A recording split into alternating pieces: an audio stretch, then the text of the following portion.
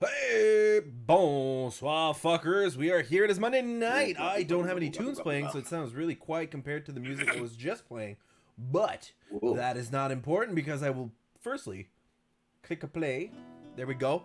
Secondly, I will talk about the giveaway that will happen at 500 followers. We did jump quite a bit since last Monday, which is phenomenal. But we will be giving away a few posters and we can sign them. So yeah, that'd be kind of cool. Frame not included, but we'll sign the poster for you. So that's kind of cool. Also be doing Lego giveaways. I'm pointing like you guys can see. You guys can see, but the stream can't see. But anyways, Lego giveaway as well. But I think that's it as far as commencements. I shall give it over to the Dungeon Master. It feels weird that me and Jordan are not wearing hats this time. Quite a coincidence. Let's like take a 30-minute break. Go find some hats. Yeah. 30-minute break. I have lots of hats I have to choose from. So it's Monday. We start with a character building question before we start with the riff-raff that we deal with every week. And this one is based on my personal experience this weekend and going through the beginning stages of colder weathers. And I'll start with Prey. What do you do when you're sick to get better? Well, I don't particularly like the taste, but if, usually you poop really solid and hard and it hurts and you have to scream to get it out. Oh, maybe that's just me. But if it goes the other way and you poop a soup, step one, don't drink the soup. That's a trap. Step two, like I was saying, I don't like the taste, but if you eat some of the rocks, could be a turtle though, not sure. But if you eat the rocks, it stops it completely. And then you have to scream to get it out again, but it does prevent the leakage, the soup leakage.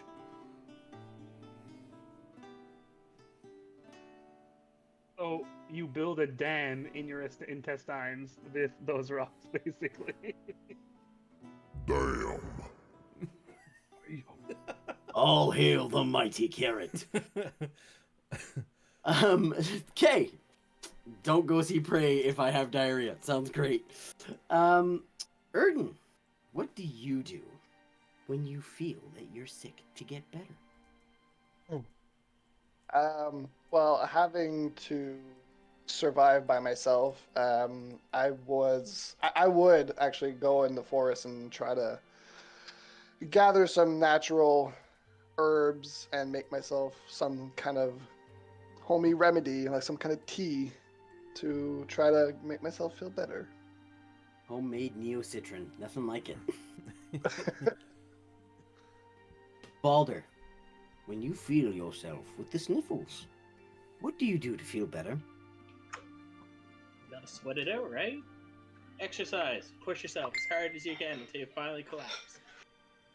My lungs are bleeding. Give me 50. Ah! And finally, the brains of the operation. I've already gone. No. I knew you said something. Artemis Snow. When your Well- feathers are ruffled, what do you do to feel better? Well, naturally, I would consult with a cleric or somebody who knows a bit more about these things. They're not my forte, and I would consult with somebody who knows. I would seek help, or I would try if help is not available. I would try to go based off something that I've memorized in a book or read in a book as best as I can. Not what Prey is suggesting. Eating rocks is not a good idea. Oh, Where? he said eating the rocks.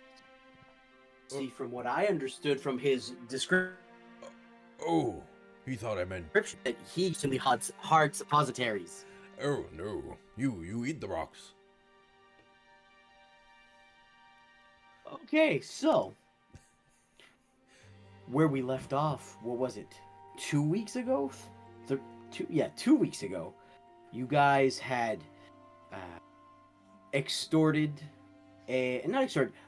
crookedly blackmailed a local businessman who then vandalized his shop thinking he was a multi-millionaire. You then murdered 50 innocent people who were just bare-knuckle brawling. Then slaughtered a young black dragon. Met up with a criminal organization to try to meet their leader. I might add that those 3 first tasks all involved meeting this criminal organization. And you went to Asher's funeral, where Prey was gifted a fuzzy loincloth. And you also learned that the Brian, Mr. Voice, his church was called Church of Chaos. Or as Prey likes to call it, the... Prey, you're not gonna say it? The cock? Cock. Yes. The Cock, Church of Chaos. And that is where we left off, with you guys receiving the gift of Asher to be placed upon Prey's. So, men of the Gill, what would you like to do now? Is there anything else you'd like to do during the evening, or is it just a go to sleep type thing?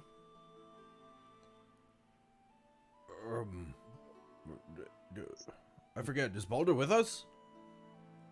Balder's been with you guys, just very hungover and quiet. Right.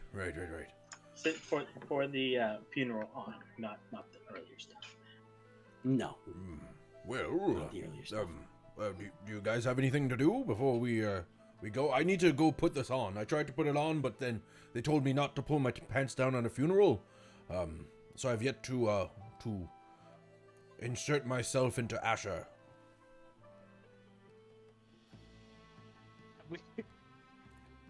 I'm gonna choose to ignore that. Have we had a rest yet? I do not believe you had a legitimate full rest. So we're technically No. still exhausted? You, Erden, and Balder, yeah. Balder. Well, Balder would have had a left. Balder would have had a rest. He slept the whole day. Right. So, Cool. Well, perhaps go to bed and I can put this on and show you folks. I'm very proud of it. It looks magnificent. So right, we ended last time where there was the ceremony. yes. Okay. Where Laramsis was surrounded. You were surrounded by, I'd say, 20 people, or a group of 30, and they were all dressed nobility. And Laramsis made his little spiel about how he was proud to have Asher be a family member, yada, yada, yada. He didn't feel close to anybody. And then, from what you guys saw, you saw a personified old human that had Brian's voice and wearing robes like Brian's, and then delivered a empowered speech about how Asher was the last remaining true follower of the Cock. And after the speech was done, the man seemed to go limp, and the presence that seemed to be in control seemed to have left his body. Yes, the Cock went limp. Well, I figured Jordan was the one who did it first. Yeah. You're the one who created this, Jordan. You're the one who showed me my mistakes, and I will not let it go. You won't let go of the cock? I won't let go of the limp Cock. Let me have a rest, please. A full rest. Come on. I can't go on. Well, do we... What is there anything to be done? What did you guys do all day? Oh, well, for the most part, I thought you were with us. We fucked shit up. Okay. Well, Are you guys having this conversation as Asher's remains are being burned in a pyre surrounded by other Church of chaos followers. No, I thought we went back to the thing. Okay, so you guys left and you Yeah, went back yeah. to Yeah. the vulture's rest. Kumbaya, Brian. Kumbaya. Oh, Jesus. No, I mean, obviously, we'll stay for the whole ceremony for Asher. Okay, no, we'll just say you guys Alright. went back. As you guys walk into the vulture's perch, you see that there is... What did I name the old vulture again? Lucky or something like that? I gotta write my NPC names down. I keep forgetting them after 2 weeks. If it's been a week, I'm good. 2 weeks, it's like, fuck. It wasn't Scree. No, and fucking Scree. Scree is dead. Scree was murdered. What was his name? And then- Anyways, the old shopkeep person. The old vulture is there just cleaning up. The bar's pretty busy. Some of the nobles that were at the ceremony have shown up. They're having drinks. They're talking. Very whispered, hushed conversations. But there's also a lot of working class. You feel like the vulture's perch is at the upper class part of the town, but is open to everybody. Like they let everybody in, no discrimination. They don't care if you're noble, they don't care if you're poor. As long as you pay what you drink, they're happy to have you in and keep shit civil. So that one night was not a good time. No, for you guys it was. For him it was not. Baldur, you also heard that you have quite the tab run up under your name. So responsible. Yes. Whose name is this tab under? Yours. I think it's written I'm down sure the as commander will be able to take care of it. Oh. Okay, so you so what do you tell the barkeep, who's also the owner? Goes, your friends told me you're gonna be taking care of the tab here. It looks like it's it's in the high digits. High digits. Are we So are we all there for that? Yes, you guys all put, as Baldur was passed out, you said put it on his room. And you pointed to Baldur, who no one else in the Crimson Capital believes it's Baldur. Right, I think we said like put it on Commander Camille's Yes. tab. That is That true. is right. That is true. That is Yeah, I true. think you said that you were gonna question me about the relation, why he would be paying for his stuff. Yes, so he goes, yes, so there we go, thank you. Thank you for keeping me honest. So he goes, so, your friends here tell me to put this here on Commander Camille's, bill. I just don't, he has quite the temper, and I like my neck where it is right now. Although he looks at Prey and goes, few days, last night, that one almost took it off. Looks at Prey, takes a few steps to the side away. So, how do I address this to Commander Camille, letting him know that he's responsible for this here tab? Oh, he's the one who told us to come and stay here and said that our accommodations and anything we have would be on his bill. I'm a relative. He invited us into town and said he'd help cover all our expenses. I realize also, Baldur, that we did speak about your brother a bit. I did give him a name. You do know that your brother's name is Joaquin Camille. So if you ever wanted to assume his personality, his persona, you could call yourself Joaquin Camille. Just throwing it. that grunt make me think that Baldur would never put that name on his head at all. Perfect.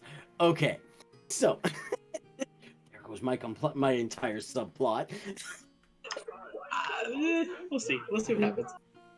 Okay, so you say this goes, all right, I'll just write that down under family expenses and I'll send that on his way. So you enjoy your evening. So is there anything you guys would like to do, discuss, or anything before you hit the hay? Well, I don't know if we all have like separate rooms or what it is, but at some point during the evening, Erden's gonna go for. No, he's just gonna stay in his room. I was gonna say go for a walk by himself, but nope, he's gonna stay in his room. Okay. And I kind of want to try see if it's still if I'm still in some way connected. But I kind of want to try to see if I can communicate with my dad. Just kind of, I like Erden's not one to meditate and communicate with deities or whatever. So he's just kind of going to think to himself, just like being like since his father was an old military, kind of ask him for advice about this war. Just kind of thinking to himself, like, Dad, and what side do you take on this war? On this war, like, what's your opinion on this, and what my dad Okay, would think, basically. Okay, so you're going to try to ask for some parental guidance. Okay, so Why? I will write that down. Just want to know what everybody's doing there, just so, because I know that nighttime usually gets hectic with you fuckers. Everybody's got a deity except for Hoppity. No, Artie. Except for Artie, you don't have. I mean, I don't know if mine's deity, but she's creepy as fuck. Burden Daddy. Okay. Balder. Okay, first, I need to know, did you guys tell me that you committed mass murder today? I think Prey just, well, would have after, yeah. Maybe. Yeah, no. I mean, I wasn't there, so you don't have to tell me you killed. You could just be Oh. like, yeah, we went, we talked to the people, we got some information, blah blah. Boulder, you should have seen I it. just need to know for future interactions. Boulder, you should have seen it. There was 50 people, all unarmed, weaklings. I said, wildland rules. You know the wildland rules, right? And I said, fireball! Of course. Boosh! And then, you know that smell when you forget something on the barbecue? It was like that, but like Yeah. 50 people's worth. But I thought to myself, Who were these people? oh, I don't fucking know. But it was pretty cool because the guy was impressed, and then we got in touch with the person who could get us to Daedra to. Anyways. Okay, well, more than but you killed 50 people. Yes, but we have so much money and we're getting favors. We'll be able to bring them back. Don't you worry. Quick question.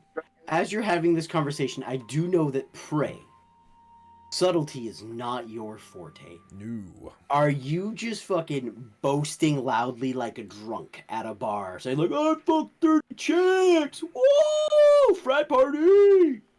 Or- It's like talking about like a great combat story, like a dramatic storytelling. Okay. I do believe the one with the highest passive perception now is Erden. It used to be Asher. Now Asher doesn't see shit. Holy fuck. Well, you know what? It depends. It depends which way. It depends which way Prey wears the loincloth. Sometimes he does see shit. See shit. It's not a fart. It's not a fart, Prey. Stop. The soup. Oh no! Get some rocks. And this is how we mourn one of our lost standing NPCs. The diarrhea joke. What turns to diarrhea jokes and turns into a loincloth, the other is now a hood ornament for your ship. Yup, we keep them with us because if we get the resurrection spell, we only need a little piece of them, right? You see that ornament? You're Donnie again, just like, what the fuck? Still strapped on the boat.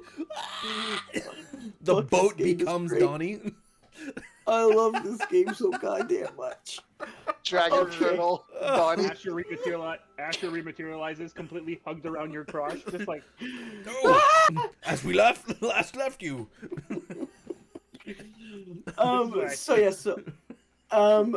Erden, as Prey is boasting about this, you do see that you do get some like side glances and whispered murmurs. Nothing aggressive, just like people going like recognition.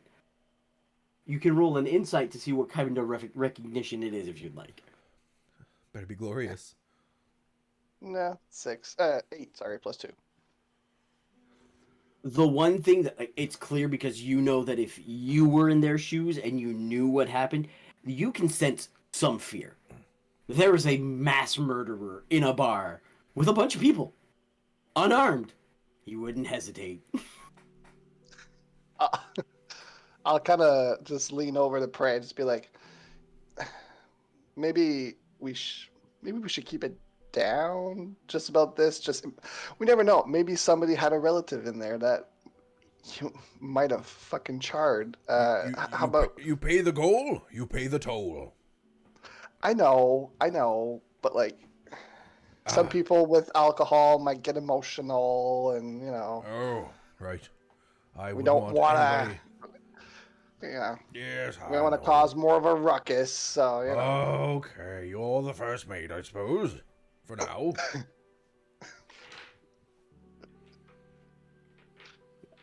So now that you've had this information shared with you, Balder, what would you like to do? I'm kind of just speechless. I'll take out the dragon scale too. Be like, oh, here, look. We also killed a dragon.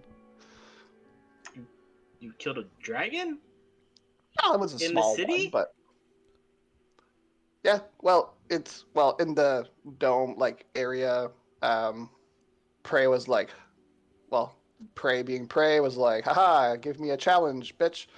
And the guy was like, and he just threw in a dress. He was like, and he just got one of his pet dragon out, and well, Prey started attacking it, and then Artemis flew in to help Prey, and I was like, fuck it, went in, helped Prey, and it was done pretty quick.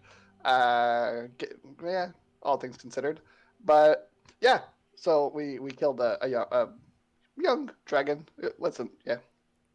And I killed a shark too. Back. And I'll hold up the shark tooth and be like, yeah, remember that? Also impressive. Also in the city. You guys had quite a busy day, huh? Oh. Another time. Oh. But You should have seen it. The body's roasting on an open fire. Oh. I'm Glad I didn't. I have no use for short swords, so I'm gonna like, I thought for some reason that they weren't a martial weapon, but they are. So I forgot. Okay, I don't usually use melee weapons. First time player using casters all the time. Yeah. Not often that you see that.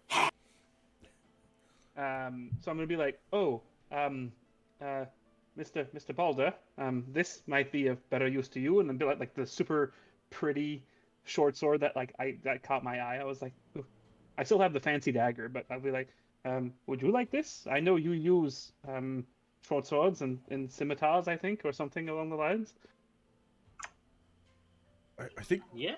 Are those for children, Balda? I noticed they're quite tiny. I mean, I'll just summon a giant battle axe like, this is a weapon! Oh, sorry. And I'll make it disappear. Pray, stop! As he does I'll that, make it disappear. you see like 10 people just... There's now a ring around your table, like a good 10 feet, that people are like, okay. And everything just quiet. And I'll make it disappear. Maybe you should go to your room. I'll just say, next round's on us. We apologize, everyone. Everything's good. Add it to the tab. What? The scrapes from the stools? No, he said that's he was buying another a round. round. Oh, the round. Okay. Yeah. Everybody's just still just like... Slowly you hear the conversation start up and like turn away. But everybody is still really on edge with you guys there. Have no fear, people of the tavern. I'm going to bed because I'm exhausted. Good night. And I'll just go upstairs. Are we all sharing a room? But you You guys had your stuff taken care of by Laramsis. I assumed he probably just went like, gives them all different rooms. There is no problem. So as you see Prey leave, you see just 4 people get up. Prey walks up the stairs, and they just like 2 of them go to the top of the stairs, and 2 of them are in the bottom of the stairs, and they're all just like holding heavy crossbows. Just, it seems Prey has been given a detail. Ooh, me like it. Just to follow Prey. And Balder, you realize the armor they are wearing is from the military. This is probably. Did I notice them? What is your passive perception? Like, they weren't like Prey gets up, they get up. It was like you go up into your room and they. My passive perception is 10. You notice some people were following you. Were they fans? Were there people who were just checking what you're doing? Were they looking at your nice loincloth? Oh, well, of course. I don't have it hanging out. Not like a whale tail, Surprising. you know? I don't know. You got you got you got a new tattoo. You got a new tattoo. Yep. Actually, I have a crop top, actually. Yeah, a crop top. You got the crop top that says, "My parents went to the Crimson Capital, and this shirt is all I got." Let's picture Prey wearing the loincloth, like the G-string, just like up on the. Right? When did you go from savage barbarian that only wears like linens to Crop topping and a thong? No. To a fucking Jersey Shore girl in the early 2000s. All you need is juicy on your butt, and we're done. Well, one more tattoo? Why not? Oh, that's on the pants. Arranged. Yeah. Butterfly tramp stamp. It's a vulture, actually. Anyways, I've gone to bed. Okay, Prey is gone, and there's just a detail just keeping an eye on him. So Balder, after you've received this information, what would you like to do this evening?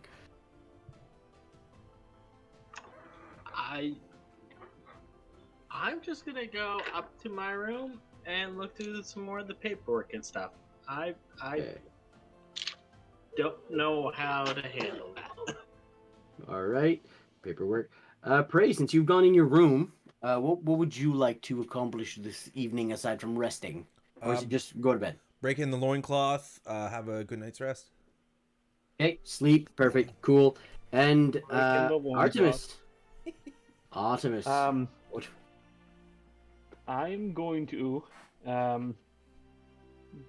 go up to my room.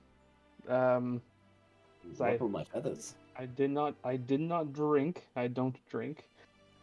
Is there anything that is like made of steel in my room?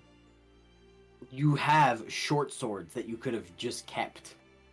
I just need a small piece of steel. I'm sure there's a nail somewhere. I'm sure there's nails. There's Okay. you find some writing implements. Like this is a fine establishment. It's not like bare bones. So since you're looking for, you walk into your room, Artemis, and it is a beautiful, like princess bed with drapery sagging down the posts. There's a nice window that shoots over the ocean. You actually can get glimpses of the ruins that you can look at night if you want to.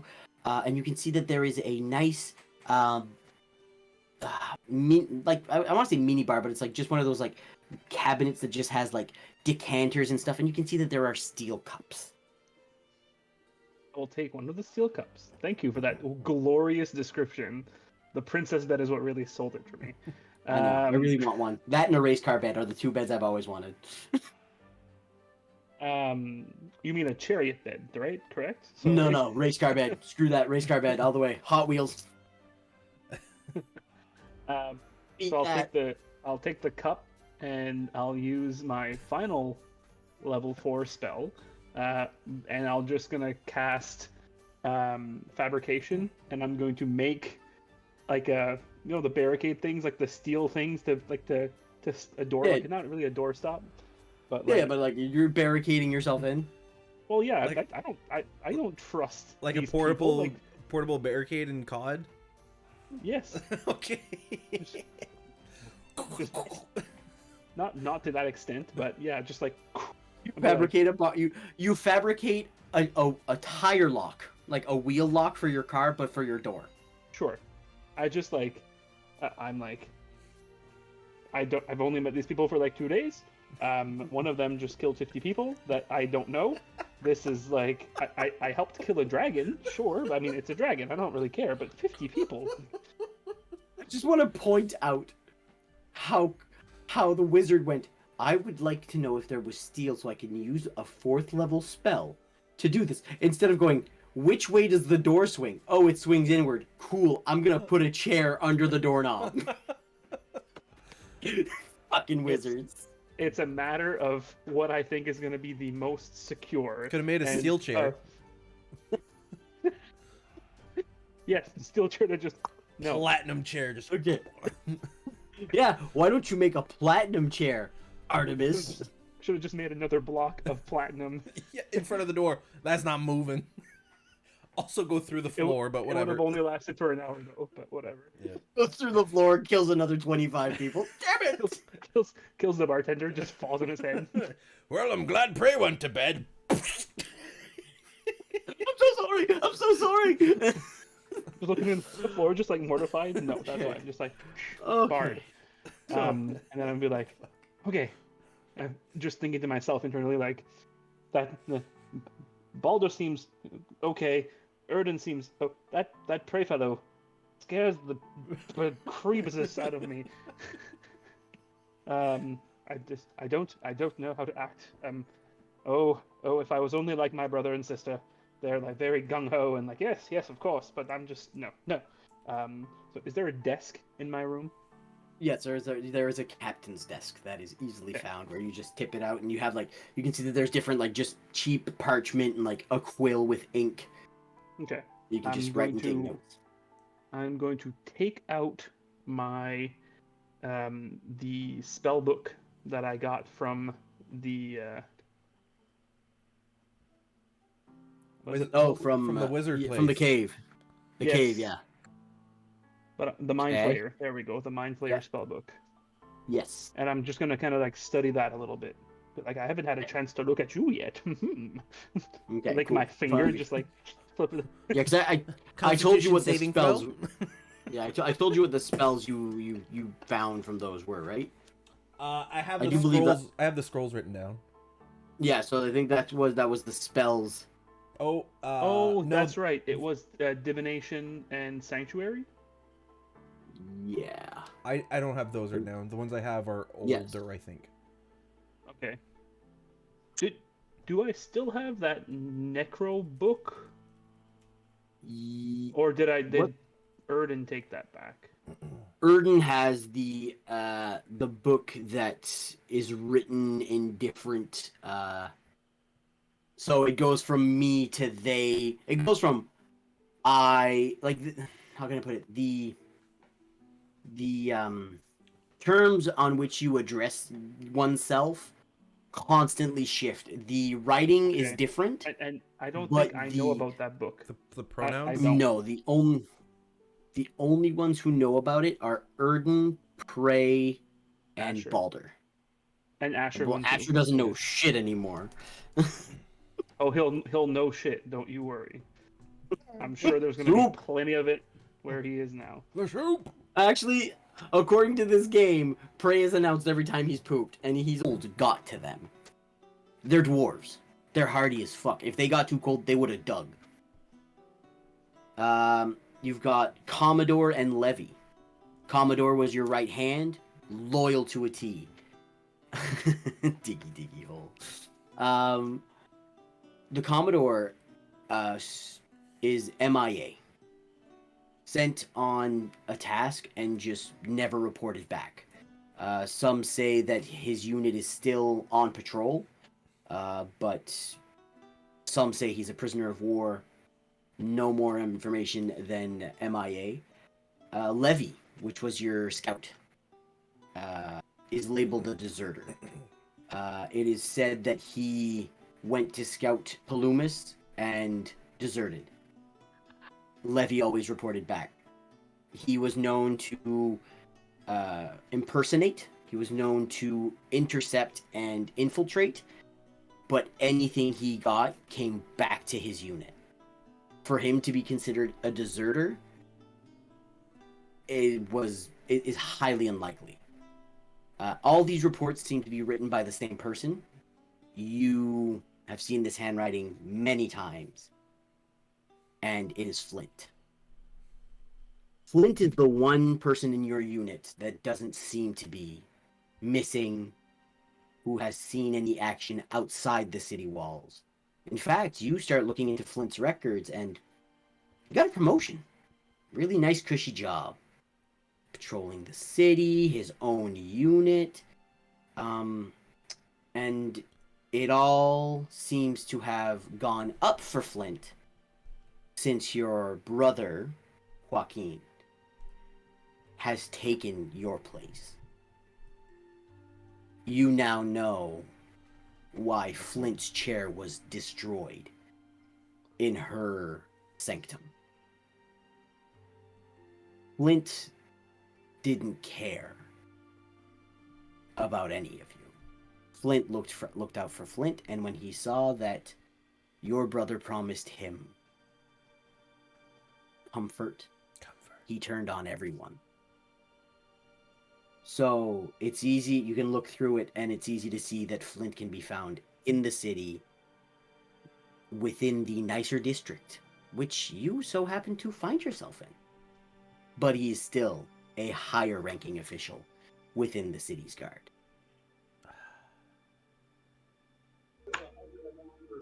Alrighty. How late at night is it now? Right now, I would say after the funeral, it's probably close to midnight. Alright, it's not like he's gonna be out around at night if he's got a higher position anyway, so. Alright, I'll do nothing tonight. Just stew on that. Okay. And you go to bed, and usually the dreams you have are either of her sanctum, of things that reveal how to get glory. But reading these stories, your mind is so blurred. It's filled with how did they die? Why did they die? And how could I have stopped it? And your mind is just flooded with the happy memories that you can have as a unit. So, like, those moments where there was no action, there was no task, where you're just out on the field, and how a bunch of different people from different backgrounds spending time together become a family. And it's constantly just in your mind that these guys are gone. They're waiting for you. But something happened that this fell apart. So it's heartwarming while it is devastating. Yep. Erden, how do you reach out to said Papa? Well, during the night, whatever, when I'm in my room, I'll just kind of just stare out the window and just kind of be rethinking my discussion with Prey, just deciding on what side to be on in this war, and how can we do the right thing, basically. And I'm gonna kind of try to put myself in my dad's shoe just to see what he would think. Okay. Could I get you to roll just a wisdom check for me?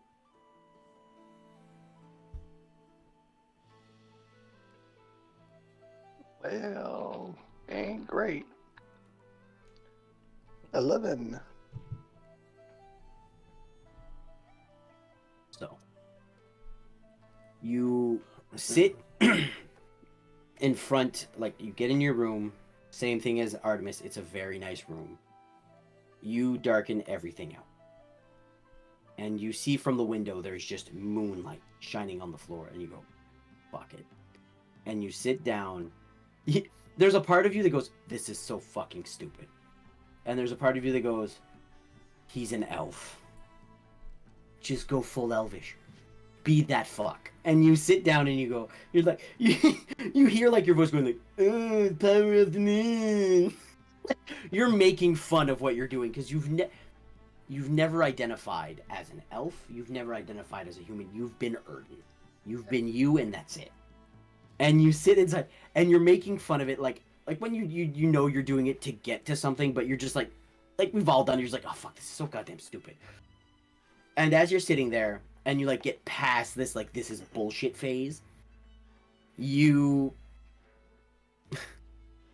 sit and you go, okay, fuck it. And you take a deep breath, and you lay out all your options, because you have had a lot of options in the past 2 days laid in front of you. Mm-hmm. Join Laramsis, flee to ships, destroy whatever stands in front of you. Still a vampire. Still turned one of your friends. Still have those paintings of him slaughtering people with no remorse. Yep. Go for Daedra. Haven't talked to him yet. Betray Laramsis, get the Crimson Capital against you. Maybe a power move for Prey? Not sure how that would work.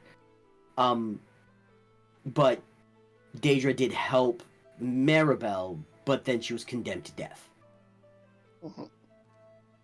Leave all of it behind. Go back home. Do something else. Not a good idea. That's not fucking cool.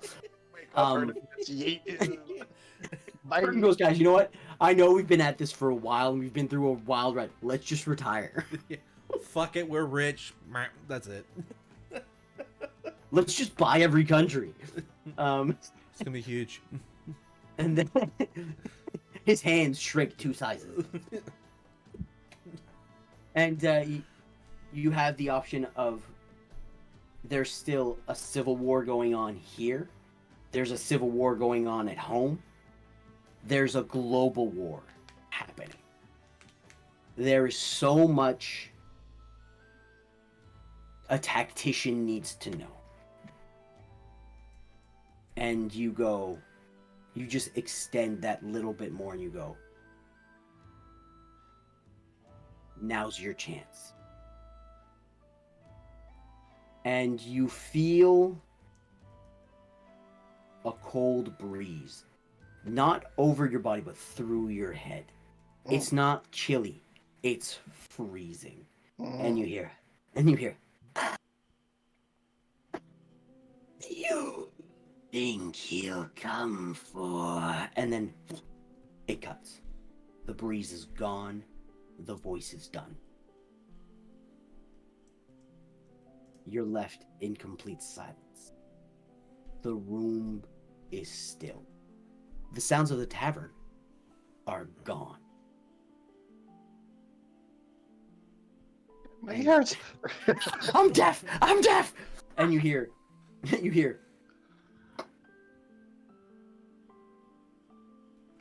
And then. Sorry, I make quiet sounds. The foliage, the mic.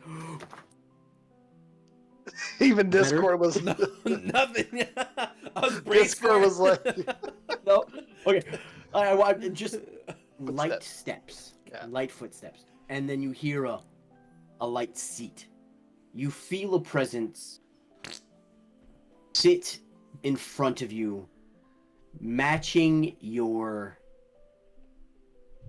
like, not imposing, not trying to match the energy you're giving, trying to be received as an equal. And when you open your eyes, you've never seen him like this. You've seen him tired. You've seen him worn. You've seen him covered in battle scars and old. This is a young version of your father. Maybe, of course, he's a fucking elf, so God knows how old he is. But in maturity that you can read out of him, it seems to be matching yours. You don't know what the fuck's going on. And He's sitting down. Armor that is decorated. He's just wearing padded pants and like a half cloth around his chest. He looks like a young soldier. And he sits in front of you and he goes,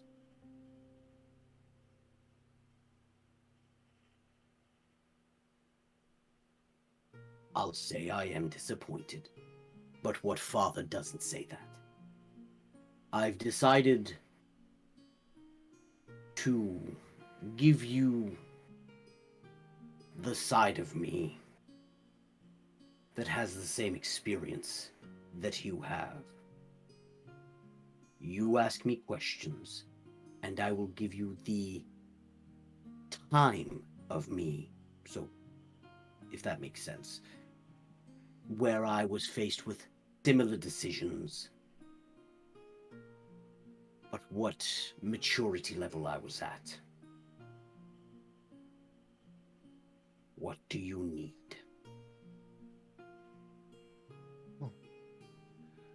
I need to know. I need to know what's best for.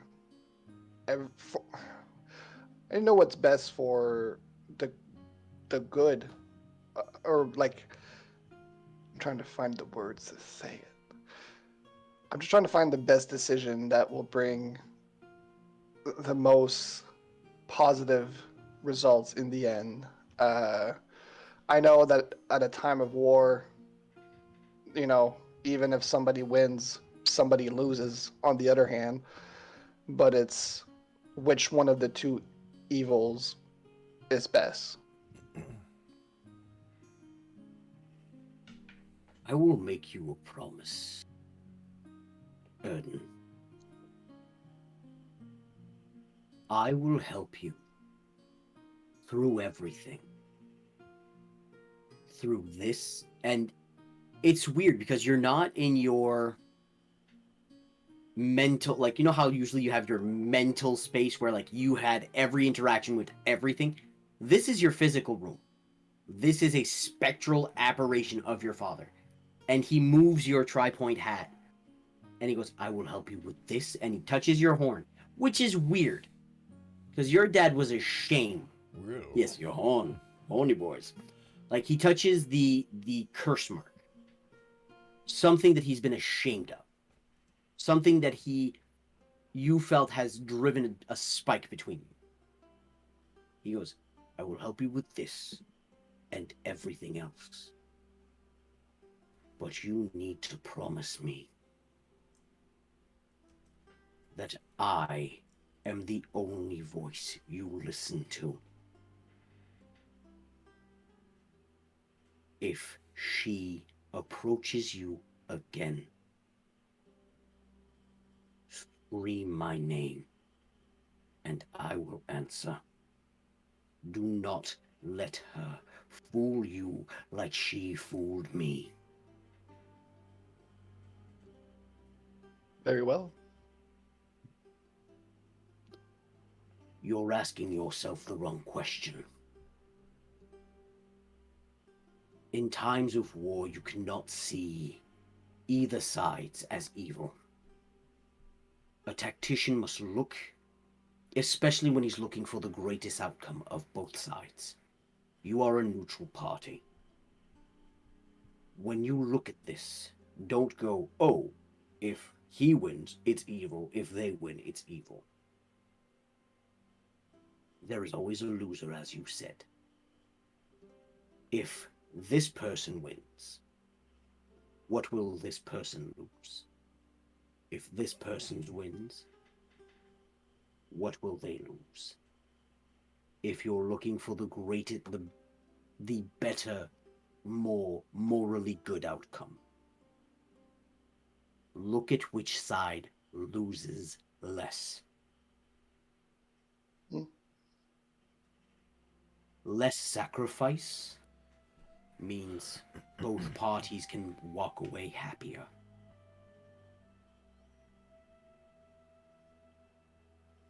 Yeah. That's a good point. if you're asking about what you have laid in front of you, it's a bit more complicated than being a neutral party. You're thoroughly involved in this now, on all Oh, fronts. There are 3 wars in total. There is only one that you're not completely involved with, and it's the global war, which is still by far insane to me because you should be by now with the shit yeah. you. Sorry. I mean, you're not wrong. But yeah, I So mean, on one side too, I fear I fear for home because I feel like this is where he's going. So yeah, so right now you are dealing with a civil war, which the ramifications can spread further. Do not look at the future steps of this war. Focus on the now. You have the Wildlands, you have Palumas. What do the Wildlands have to lose if Palumas wins? You've spoken to the leaders of Palumas. You are a neutral party in this. hmm What do they want to do? yeah,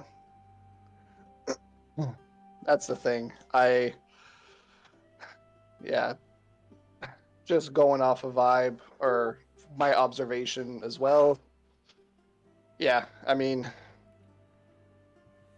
it seems like the Crimson Capital has a lot more to lose than Palumis, and it feels kind of wrong. We just helped Palumis, and now we're gonna help the Crimson Capital take over Palumis, and it's like, hey, we helped you, and then it's like, haha, fuck you.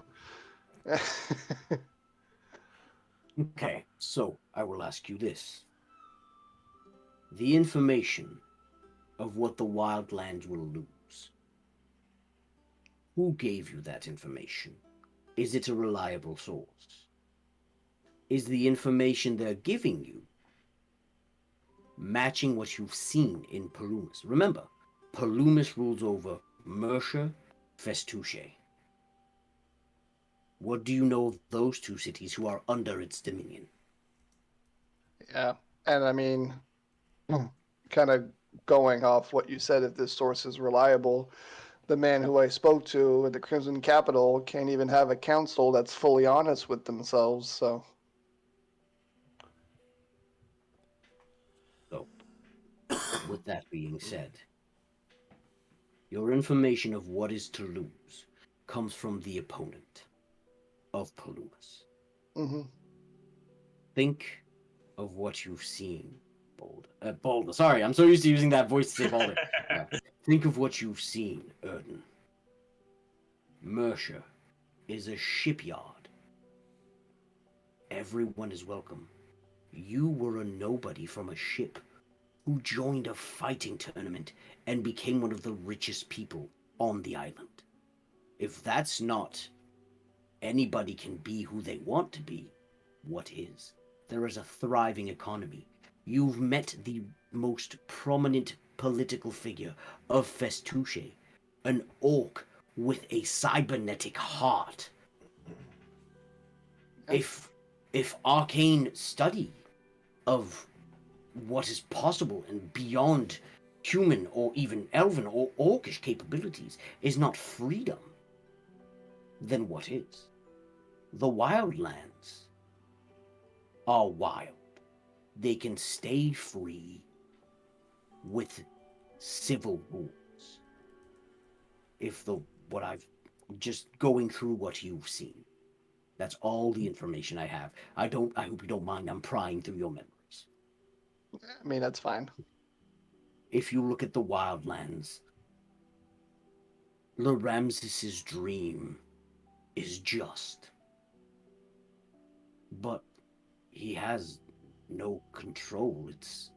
There's no civil morality. There is no code. Your friend, I am not judging the people you keep, Erden. slaughtered 50 innocent people. So, okay, some of them weren't so innocent, but some of them were just working men trying to make money for their families. They're dead. They just, as he said, they chose their lot. In what world can 50 people die and there is no ramifications on the person? Like, I'm not saying that he should be in jail or crucified or anything, but justice needs to be carried.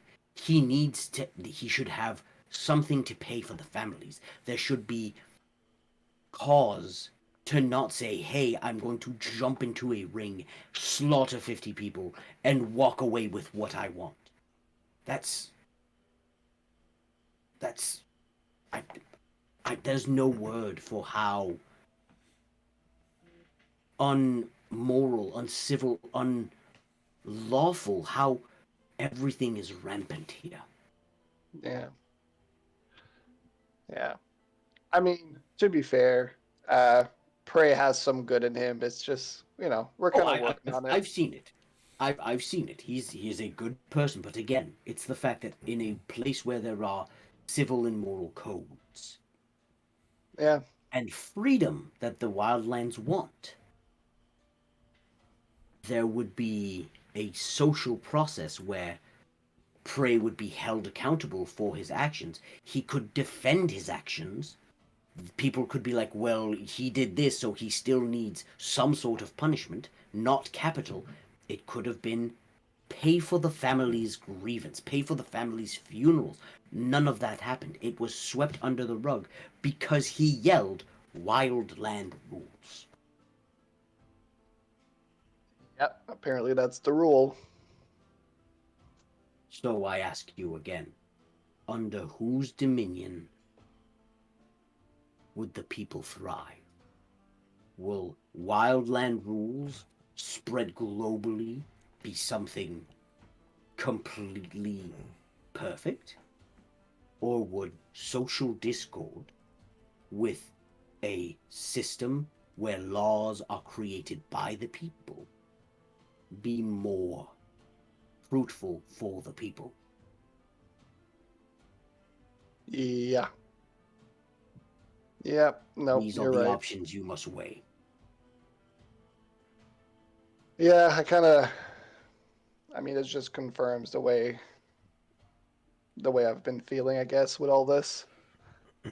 I just, yeah, I'm trying to see all the different outcomes, but for some reason, I keep having this this sort of there's something pulling me away from going with Ramses. Yeah, I don't know. I feel like when you lay it all out like that, feels like I might not have been so wrong after all. So As you say this, he's sort of like getting up, and he just looks at you with like a half-cocked grin, and goes, "Also, side note, something you may not have known." And he leans in as if like somebody was listening, but he's whispering it in your ear, and he goes, "Daedra was a soldier." And he leans back and goes, "I'm an elf. I've seen many faces. Tieflings like that, you don't see them every day. He's charismatic, but honest. He will tell you what he wants. He will give you what you want, but he will expect something in return. That is how he works.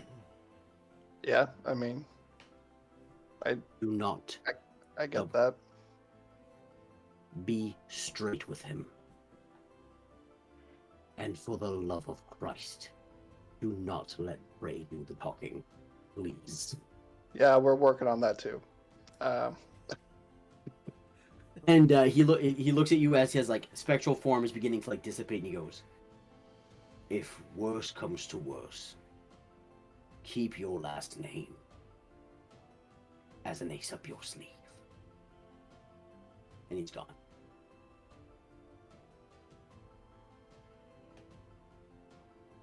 Well, that was fucking weird. Just like kind of gets up and he's like, ugh. And he kind of just gets ready for bed. You tuck yourself in, the men of the Gill, laying in their comfortable beds, not surrounded by another one of their party members, which has rarely happened. You guys are sleeping comfortably. You all have a long night's rest. Woo! Pray you wake up, your loincloth, which you were breaking in, is off, and you realize you've got it like tucked on a pillow, and you're cuddling it, and there are tears streaking down your face. Because although Prey doesn't want to admit it, Bunny Man. Bunny man. I'll just wipe my tears with a loincloth. Roll con save for pink eye. And you guys get up. The detail that seems to be put on Prey seems to be at a table, just together, eating breakfast, drinking coffee. And as they see Prey get up and you guys all head down, they all get up and just like walk out of the tavern, assuming that with all of you there, Prey won't start shit. Yes. A grave mistake on their part, but Oh, well, men of the Gill. Maybe my memory doesn't serve me right, but, what's next? I know we talked to the people about, getting to Daedra. Oh, it froze. Fuck. On stream, wait. we all froze for him. Oh, yeah, you guys froze for me, so that was weird. Could you hear me the whole time? yeah, it was like, no, we just No, heard we couldn't Men of the Gill. Oh, well, the men of the Gill, perhaps it's just my poor memory, but, what's next? We've spoken to someone trying to get us to, Daedro.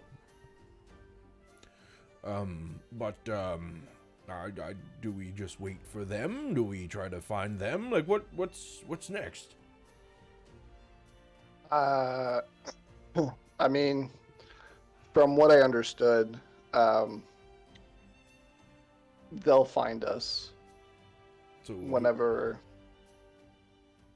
we're being summoned, or whenever Daedra decides to talk to us, or they'll find us.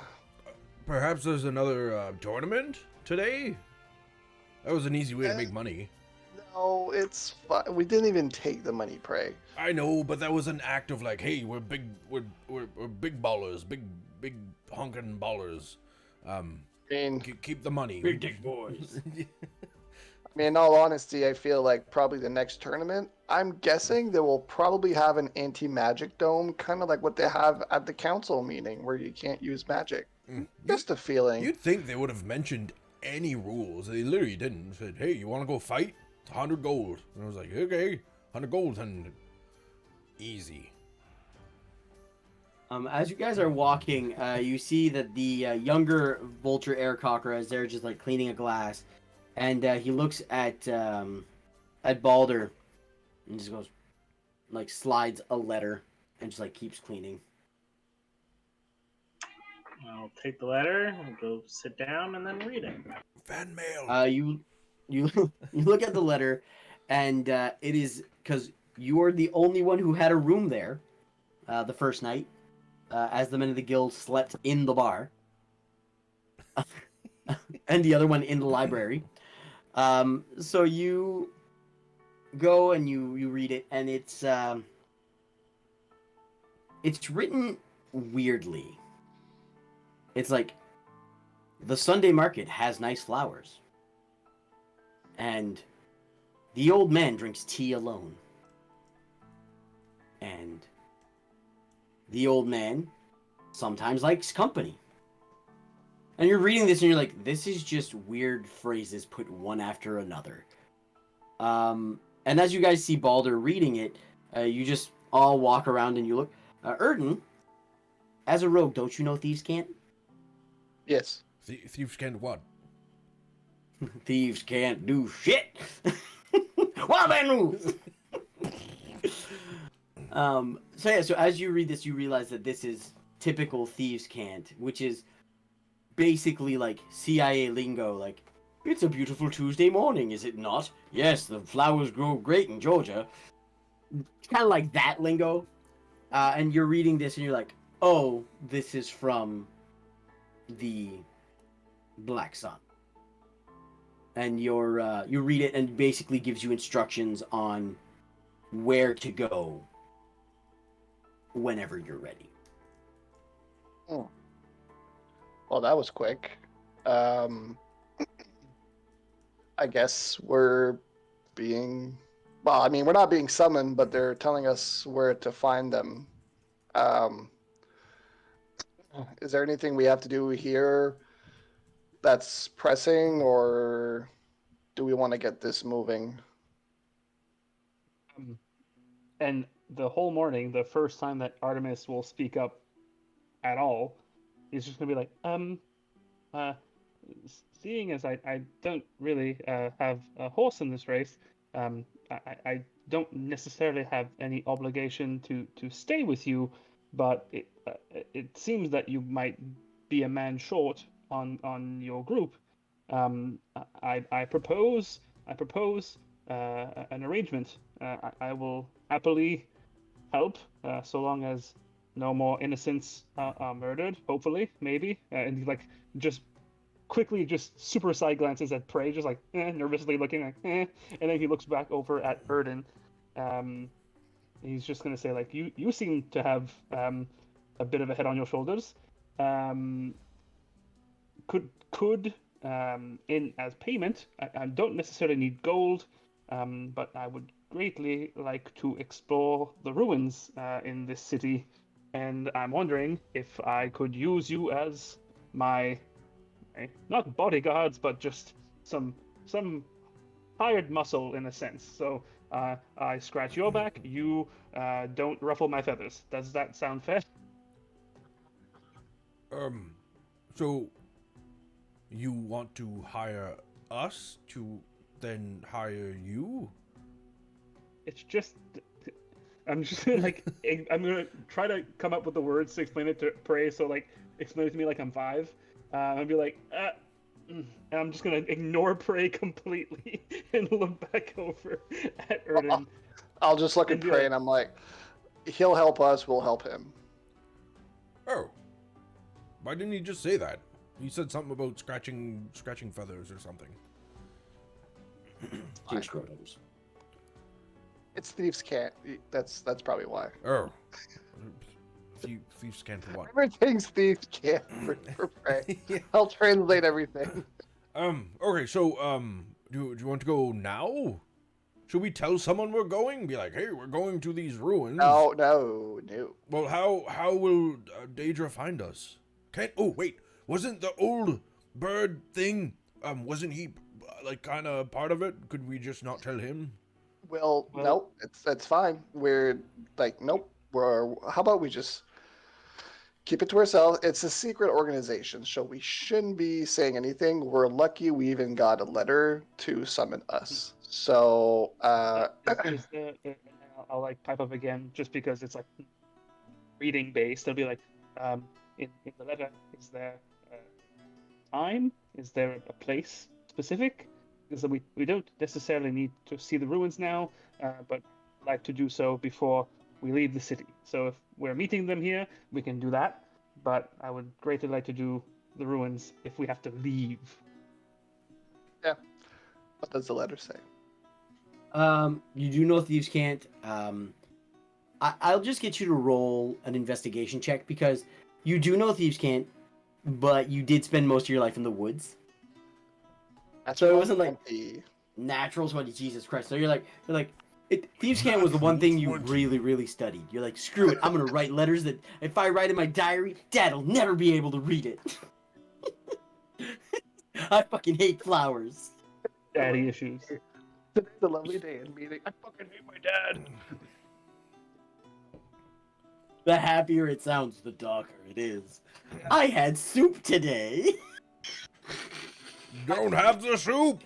No. It's diarrhea. Don't ever take that road. Uh, so you, oh god, okay, sorry.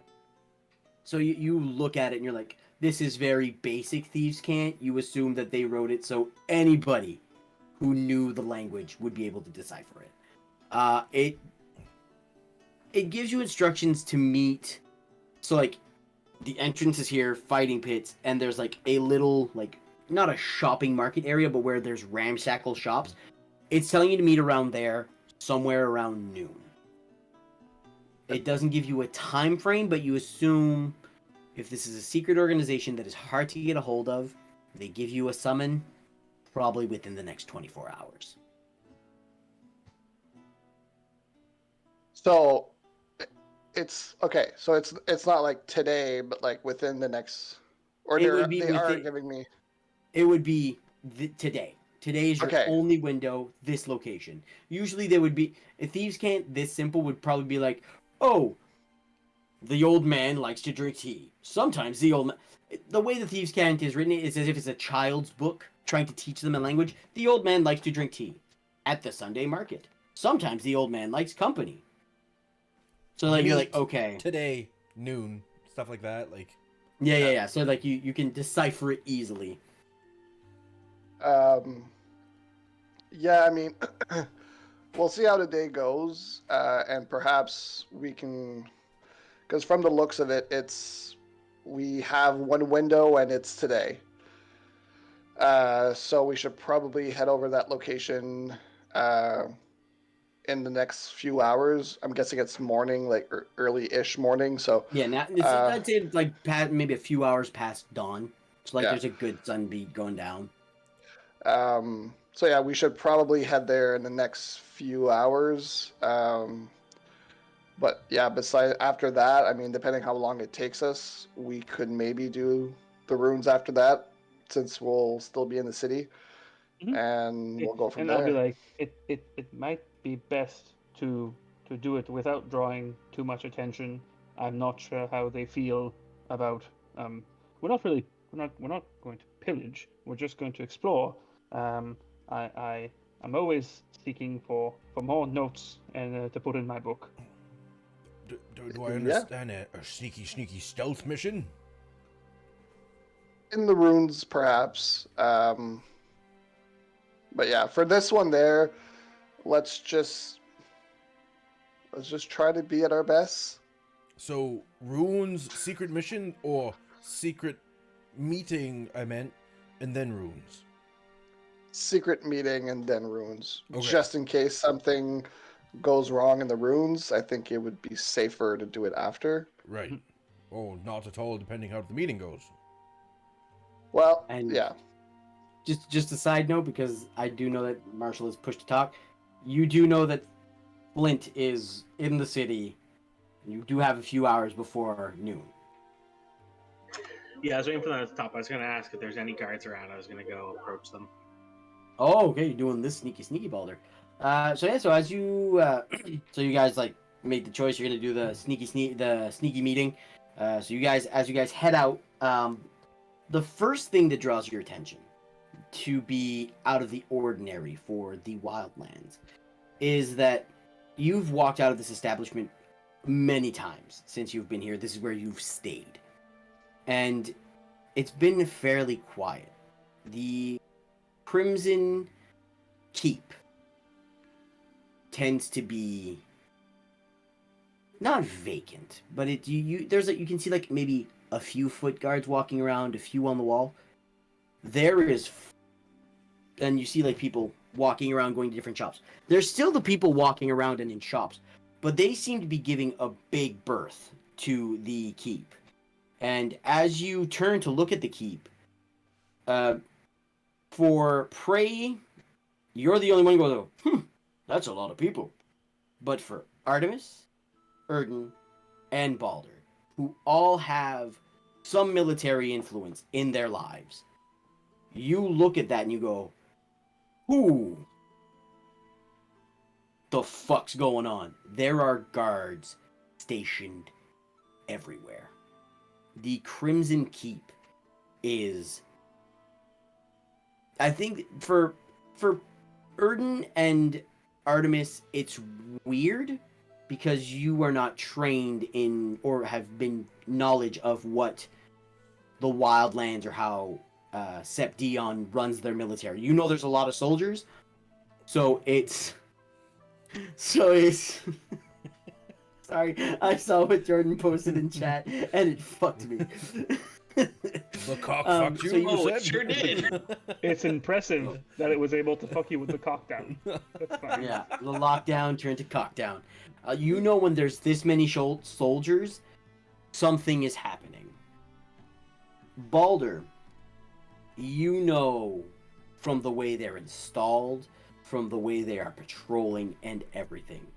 The Crimson Keep is on cockdown. It's on, like, it is locked. There is no in and out. There is no foot traffic. It is militarily defended. It is turned into a bastion. Threat level midnight. Okay, good to know. Threat level midnight.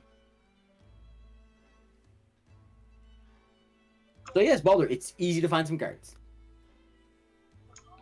Cool. I'm just gonna approach one and be like, "Good day." So you approach, give you an option of a few soldiers. There's the who you know are low-ranking, typical city guards. There's the, like, again, you've been part of this military, you understand. So what level are you going for in the hierarchy? Just like mid-tier, someone who might know of Captain.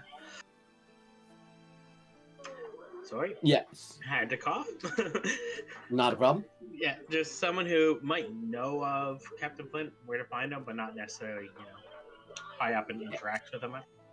Okay, so just going for like a general or commander. So you, so you walk and you see like there's a person like just like giving orders to a small battalion, and you walk up to them and he turns around. He's half orc, like yourself, but as with other races that tend to be half of two, they tend to take one dominant trait. This one has orcish features, like he has tusks, and he has like the orcish jawline and physique, but the skin color of a human. So he looks like a probably around 50-year-old human with, in our world, would be like really, really good prosthetics. And he's like, "Hello, civilian. What can I do for you today?" I'm actually looking for someone, and I'm wondering if you could help point me in the right direction. Well, it depends who it is and what business you have with said person. If it's militarily involved, it might be a bit more tricky. Again, like I said, depends what the nature of the business and all such things. I'm looking for Captain Flint. Okay, that gives me kind of eases down the tension scale, but again, I need to know the reason you're seeking any information on military personnel. We're just old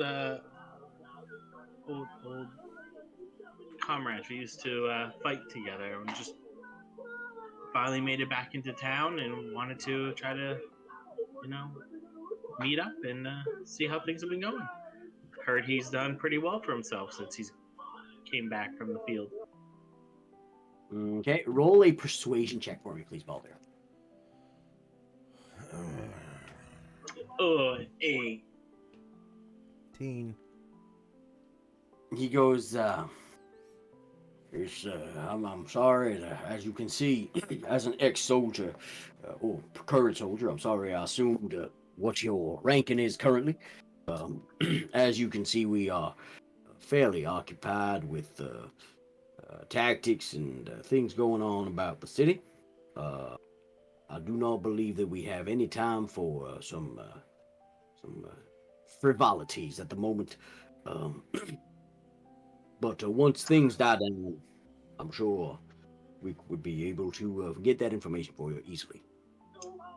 Yeah, I see you guys seem to be in a bit of a lockdown situation. Something happened? I got my orders. It came down the pipe and told me to bring my unit over and organize them for defense. That's all I do. Yes, sir, not a problem, sir. And hoping to climb up that ladder. Know what I mean? Oh, for sure. Yep. Yeah, it's just quite a change since last night when we went to bed. Seems like something must have happened. I Hopefully wish I could everything's tell you. okay inside. Nope. Again, I'm not high enough on the social ladder to know any of that. But it can't be too bad if we're not mobilizing. True enough.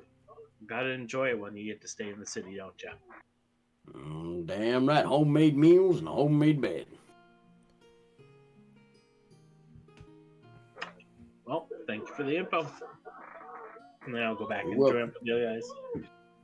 Okay, so you guys see Balder walk away. Are you guys gonna do anything while he walks away, or? I'm gonna stick around Prey. I'll stick around Prey. Ooh, lots of people. Yeah. Just a hint. We'll do the same. Nobody paid $100. No, This is not the ring. Prey. I Er, am the captain now. Oh, yeah, I don't kill people for fun. It is fun to kill people. Is that kind of the same? I don't know. What's your alignment again? It switched last time. It was I think chaotic, or I think it was chaotic neutral, and then you change it to like. Was chaotic good? You went to chaotic neutral, then you went to evil. Chaotic. Yeah, I think evil. you're. I think you're neutral evil now. Okay. I think you switched twice last session. Okay, whatever. Rick's just going down that social ladder. He's just going like, "Can I reach chaotic evil before level 10? Let's go." Yeah. So I'm not looking to kill people, but if people look to get killed, I'll, you know. Yeah.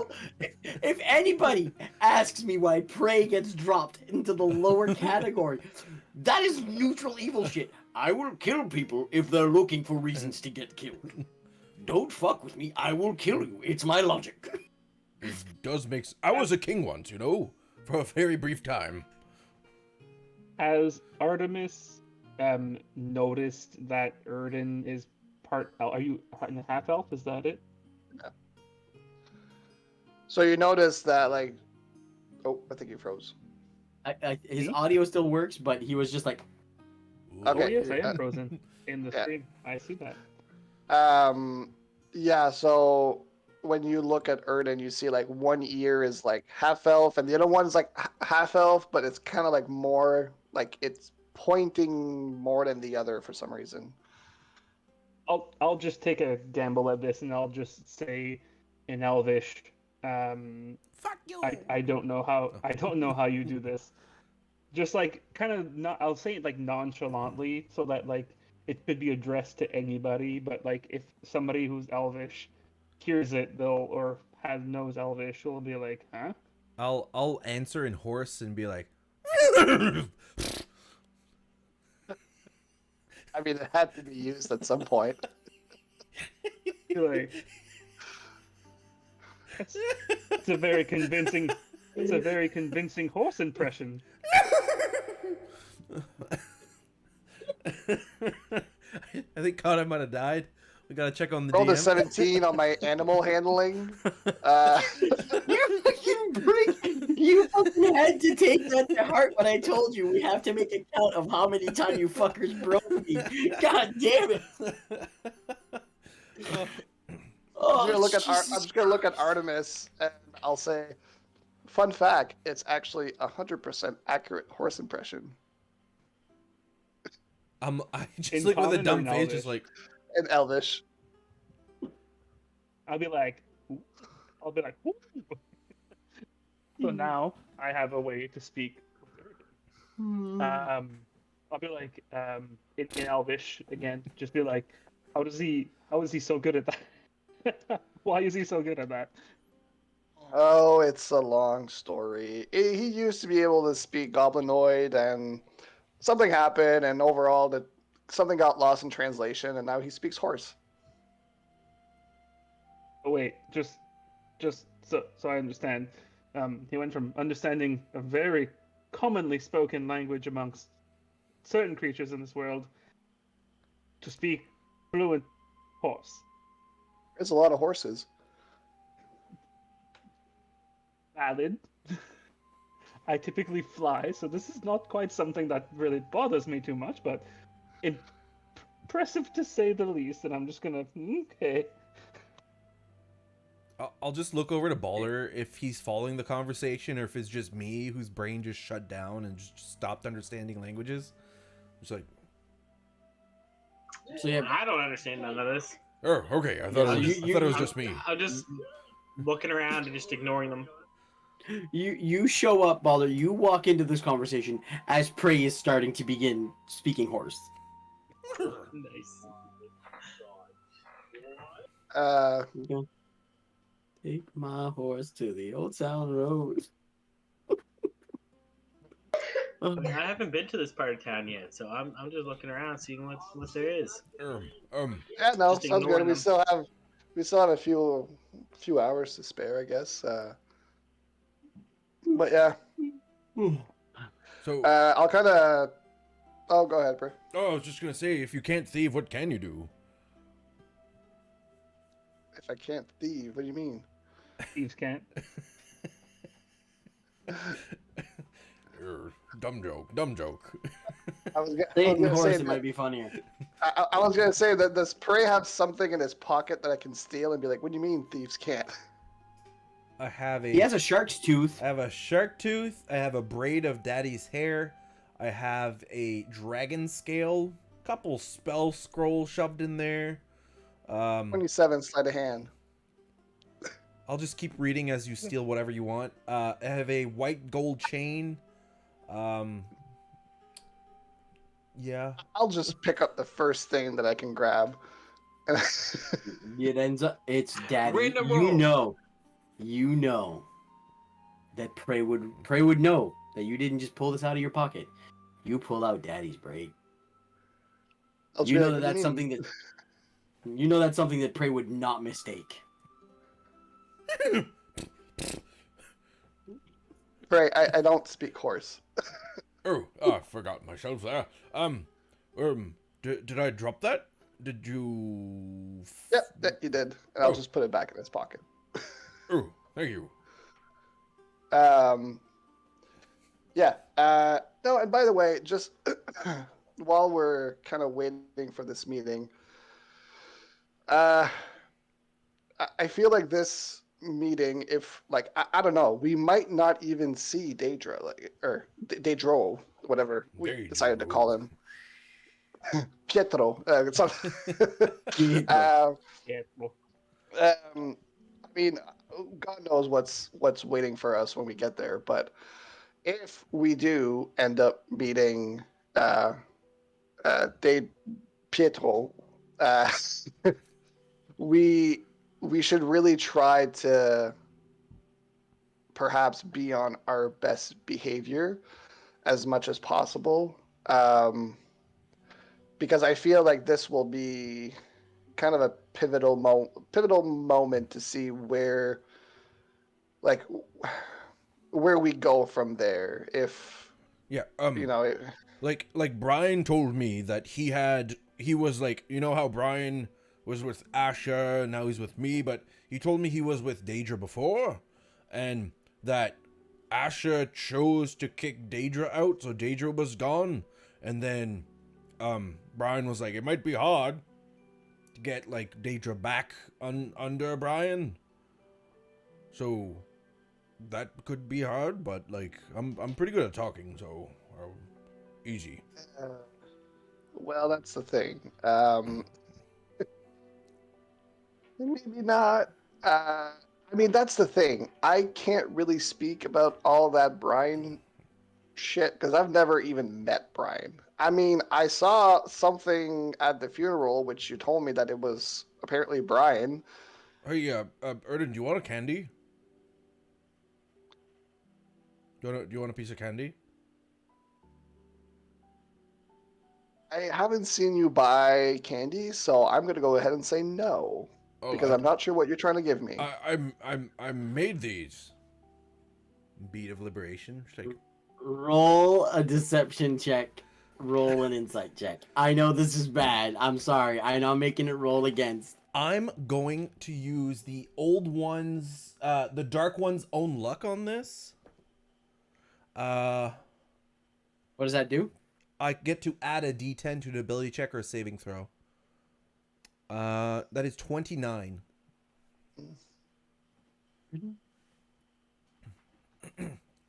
Poor.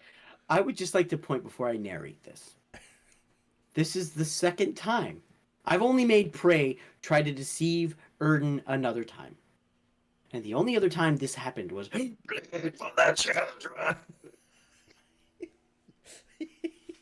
where he encouraged. No. So, Prey goes, I made these, and extends a purple bead.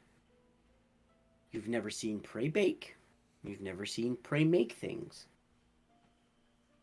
But when you look into his, I want to say puppy dog eyes, but like his dead horse eyes. Woo! Nay! And he's honest. Prey made these, Erden. He's not wrong. I do want you to have this. He does. Do I have to eat it now, Prey, or will you be mad if I save it for later? No, of course. Maybe have a lick. Just lick it.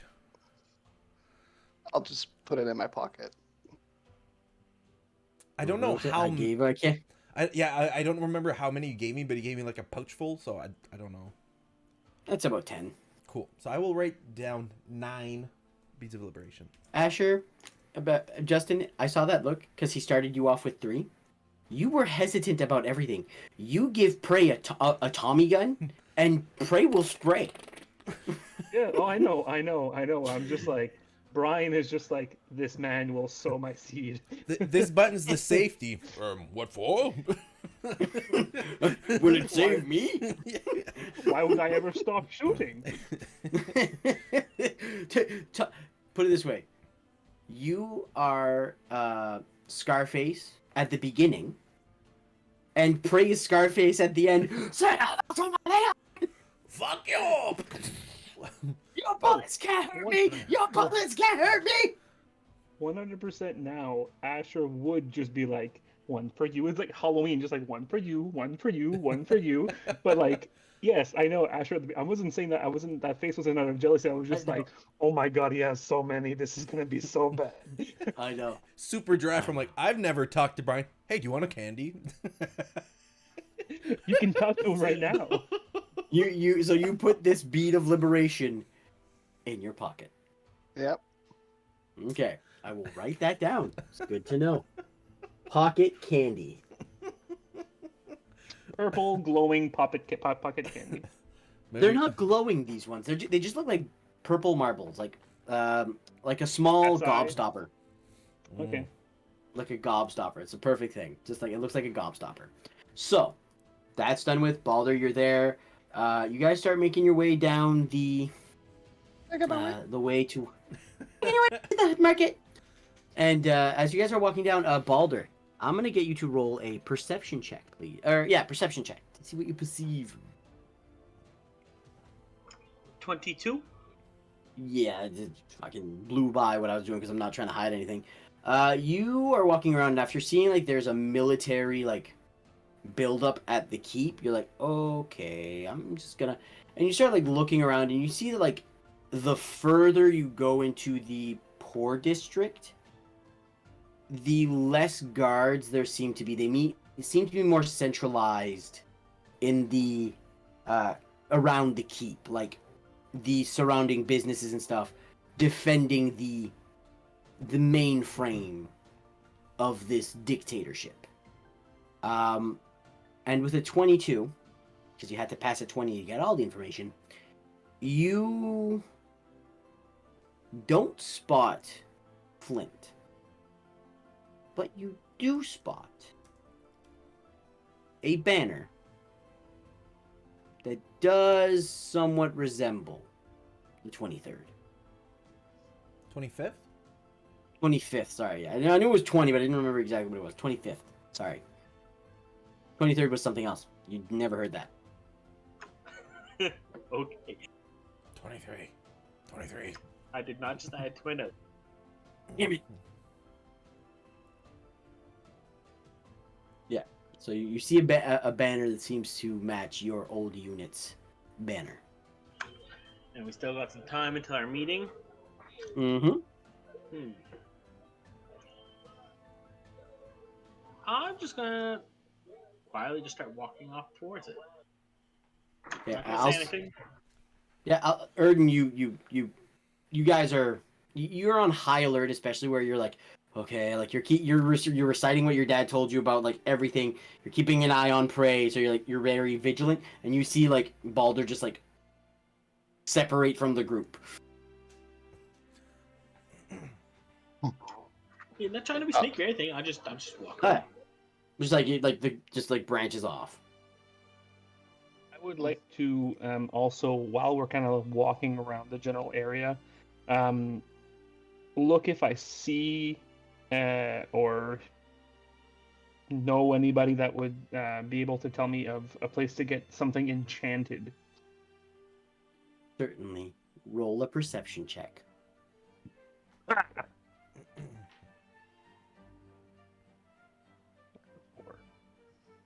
4. It's a lot of hustle and bustle. Hard to see anything. This is not in Artemis's wheelhouse, so he does not like all the people. He's just too busy focused on not letting people get too close to him and be like, So.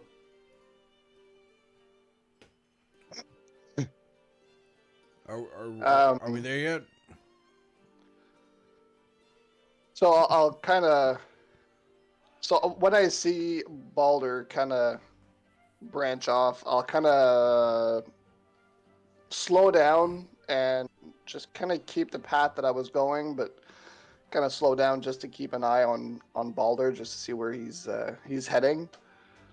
And I'll kind of just go back to Prey and Artemis and just say like, okay, so we should probably like come back and like figure out everything that we need to make sure that we tell Pietro if we do meet him, just so that we can make sure that everything is said and we don't leave any details out. So basically we want to meet him to try to convince him of like taking out. I'm trying to remember. Taking out Dionysus. Help us take out Dionysus. Also, kind of help us take out the demon elk thing in the canyon, because that could be a problem too. Yeah, and like, do we need to mention anything about Brian at all? Not like maybe not right away, but we could perhaps. Maybe this is a bit of a stretch. Offer like kind of what Artemis did. Be like, you scratch my neck, I'll rub yours, and get him to help us with the demon thing, and then we help him with everything. A quick side note for Prey. Yes. You do remember when you had this conversation with Brian last. Mm-hmm.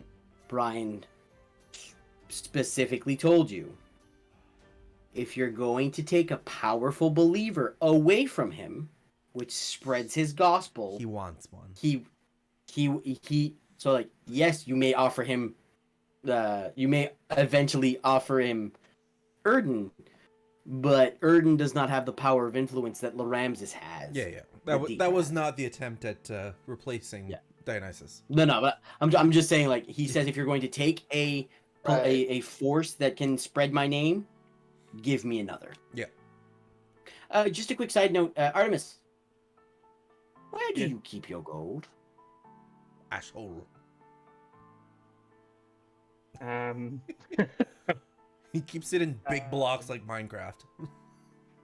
yes, that's exactly it. I can make them into big blocks. They only last an hour, then they disappear. So kind of a big waste of gold. I just keep them in my little fanny pack pouch. Okay, cool, thank you. Fanny Pooch. So yes, that is. I just wanted to remind you that that was one of Brian's side notes. That if you wanted to take out Laramses, that he would like a replacement. So I'll power. bring that up as well. I'll be like, well, some call Brian the Liberator. It doesn't quite roll off the tongue as well as Brian, but it is some call him that. And Brian. He wants if we do use Pietro to take out no, not Daedra. Daedra's the one we're not talking about, so I shouldn't say Daedra anymore. I should say Pietro instead of Daedra. But anyways, if we use one to take out the other, he would like perhaps the to have The other to Daedra. take his place. Exactly, yes. It was just explained by the dungeon master, which I don't know what that is. So is that another voice you hear in your head? Oh, not yet. All right, so that could be potentially a request, or yeah.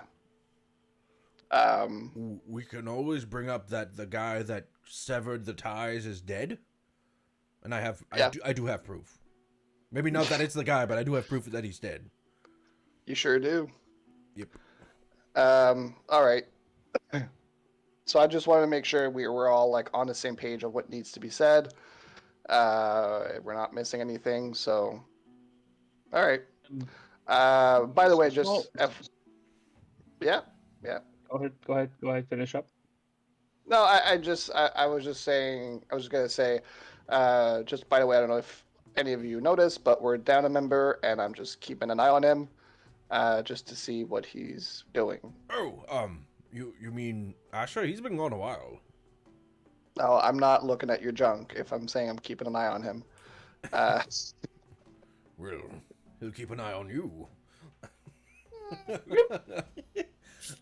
Oh, Balder! Oh! What were you gonna say, Artie? I don't.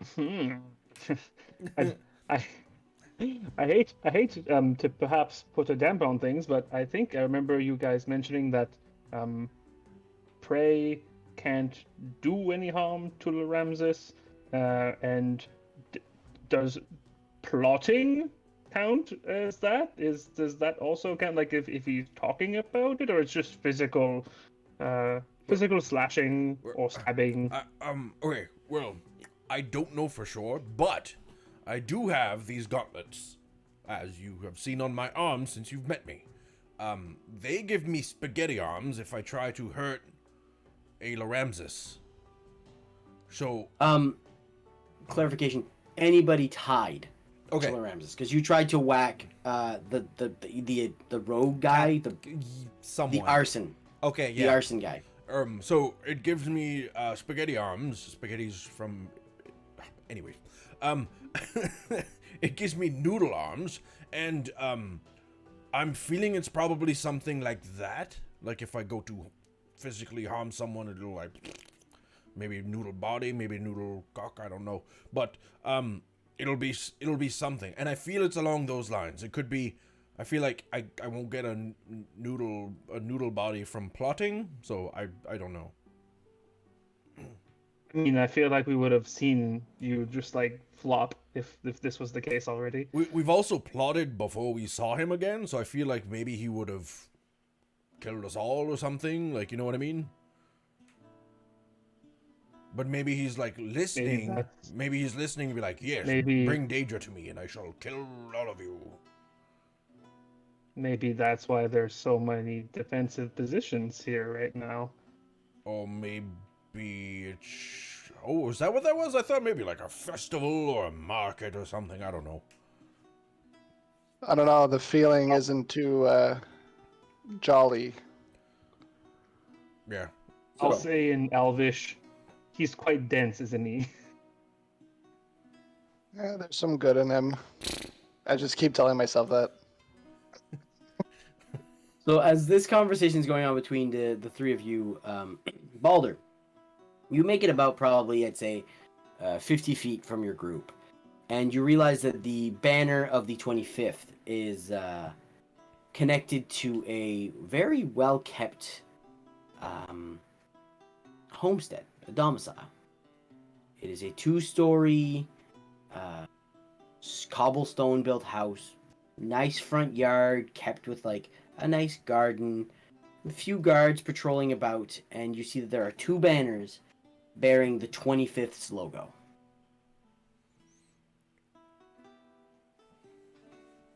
There's like a fence, but like there's no gate. It's like an open walkway in, but there are guards patrolling this like front of the house. I'll approach. Yeah, as you approach, the guards go, "Halt!" And you look in the fully plate armor, like dressed like knights, and you just go, "What is your business here on the captain's quarters?" I need to speak with Captain Foot. The commander of the 25th unit is a bit occupied at the moment. May I ask who is requesting an audience?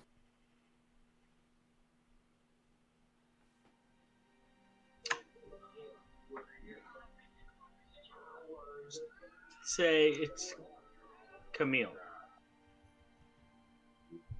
Will do. Just stay here with Stanley. And you've been a soldier. You fought in many different armor. You've actually worn full plate armor from Palumis. This is like London. Like you look at a museum and like there's suits of armor with the pointed like visor that lifts. This is what they're wearing. Very, very, very not like more ornate than it is functional. And like you see that he had a hard time moving. He's like walking up the stairs like. And it takes a few minutes, and like Stan was like, so how do you know Captain Flynn? We used to fight together. Yeah, you're part of the old 25th, are you? Well, that's interesting. I'm sure he'll love to trade some battle stories. You wait patiently right here. And you see from the second window. You see the blind pull open? Like, not like, but like just like a little peek. And then you just see it close really quick. And then you just see the other one coming in. I'm sorry, I thought the captain was here, but it seems he's out on business. You know, different things to do. Very busy day. Yeah, I figured with everything going on, he probably wasn't around. Just when you see him, tell him I'll be seeing him soon. And then I'll turn around and walk away. Will do. Have a great day. And you join up with your new unit. And you guys proceed walking through. You make your way to the cross intersection where you see what you would expect to be a completely destroyed storefront. You see that there are charred marks on the ground. You see that there's debris flung about. But it seems that the storefront is very well maintained, very well built. And there is a giant sign, looks brand spanking new, made of fresh wood, emblazoned and painted, saying Criven Donovan's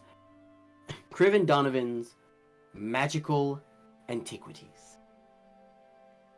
And you look to the right where you see that there's a small like paper sign saying combat ring closed, cleaning in service. And you just see somebody scrubbing the acid blood of where the dragon fell, and you see like people just sweeping up piles and going like, So how do we send this to the families? And you just see another guy's like, just shove him in a bucket and send it. They don't know what their loved ones are. And well, then rules. Just divided by Is 50. this the send same it. shop? Is this the same shop that I built? No, it is completely different. You just rebuilt the forge area. This seems to incorporate the medical unit that was attached next to it. And this is like, it's not magically built. It seems like it was masoned. Like, it was very well built. And, like, built to specifications. Erden, is it here? And then you look to your, you know that, like, ring shop, you know that to your left is where the market seems to be, the market area. I think it's inside somewhere in there. It didn't say a specific location. No, but you know that it's somewhere where you can have, like, a cafe. Hmm. You guys have lost Artemis in that store, like a child wandering by himself. He's just like, magical antiquities. He's just like, whoop, just goes right inside. I'm gonna stop the rest of the group and go right to Artemis. Artemis! When you walk in through the door, the bell dings. And you hear,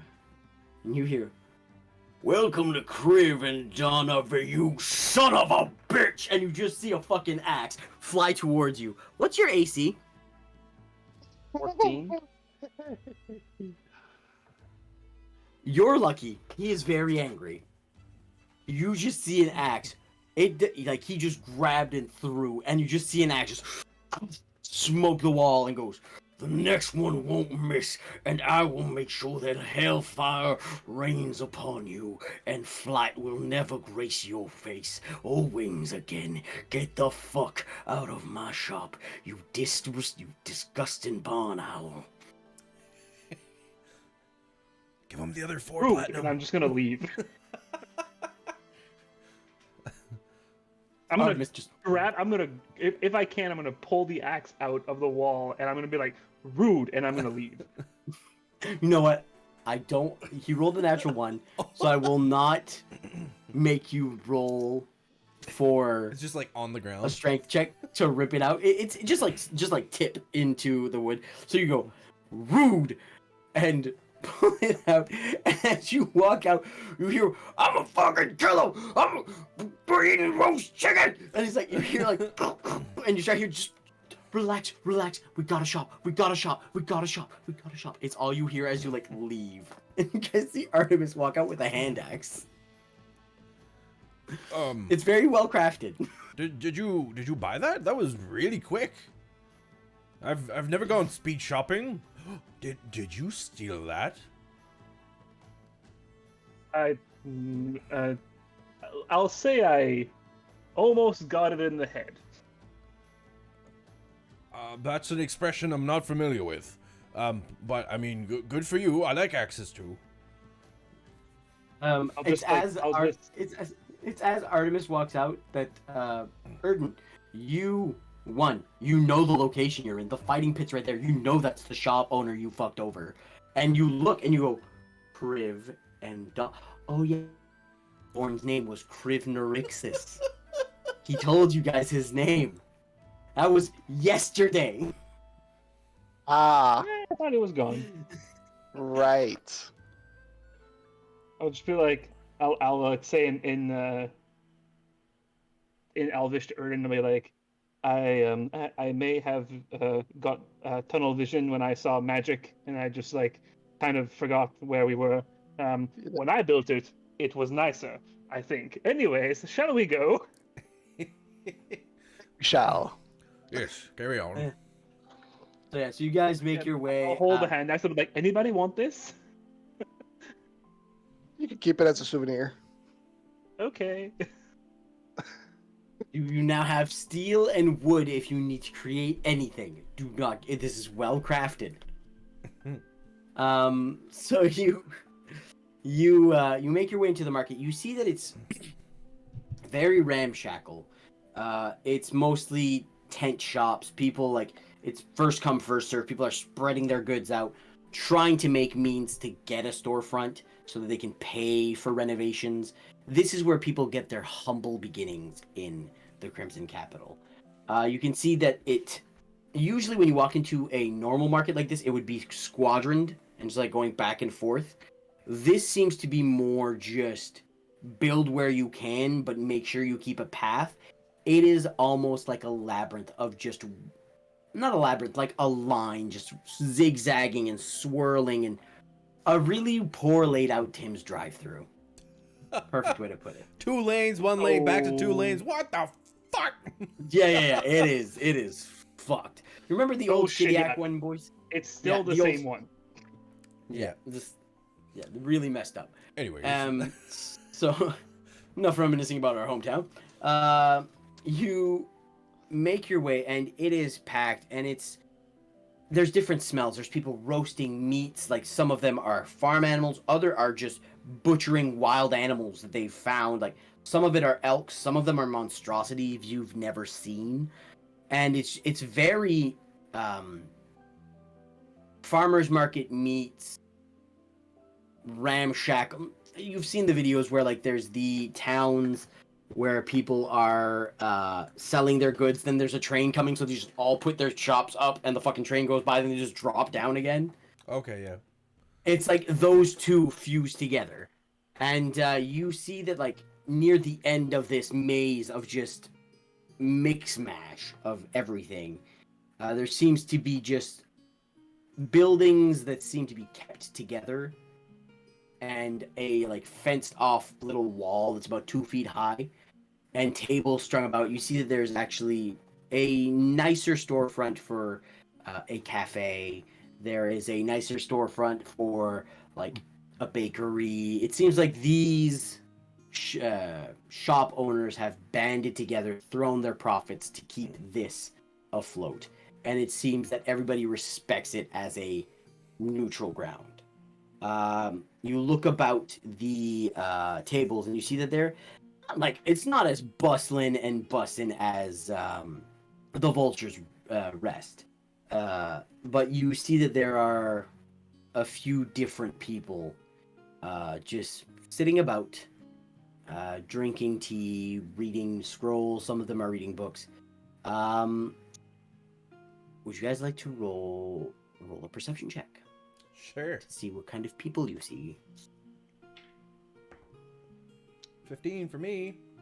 Then side. I got 22 again. 18.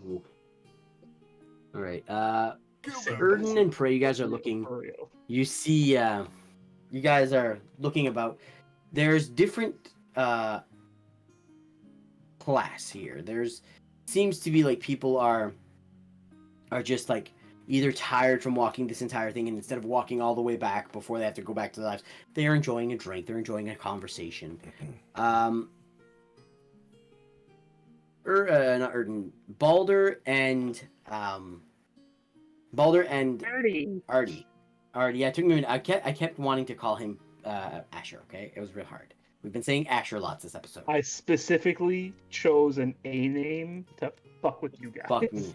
All right. Well, okay, Art the Fart. Oy. Yeah, so you Progressively getting worse. The hootin' tootin' owl. new name for the chat, baby. So you make your way. You guys see. You're looking. You don't know what a criminal organization leader looks like. You're thinking someone skeezy, fleazy, someone missing a few teeth that's covered in grime. Somebody who would match what they describe, and you're looking for that. And then not hiding, not keeping out of the public eye, and a little to the center of this entire dining area, you see a somewhat well-dressed humanoid. He's wearing nice purple, like, I don't want to say a suit, but like it's somewhat looks comfortable and looks padded. Like it's built so there's armor hidden within. The one thing that stands out to you is he is fit. He has strange markings all over his face. But it's obfuscated by a helmet. It's rare to see someone dressed nicely with a battle helmet on. And what's even weirder is at the top of this helmet there is what seems to be an exposed brain with horns sticking out of it.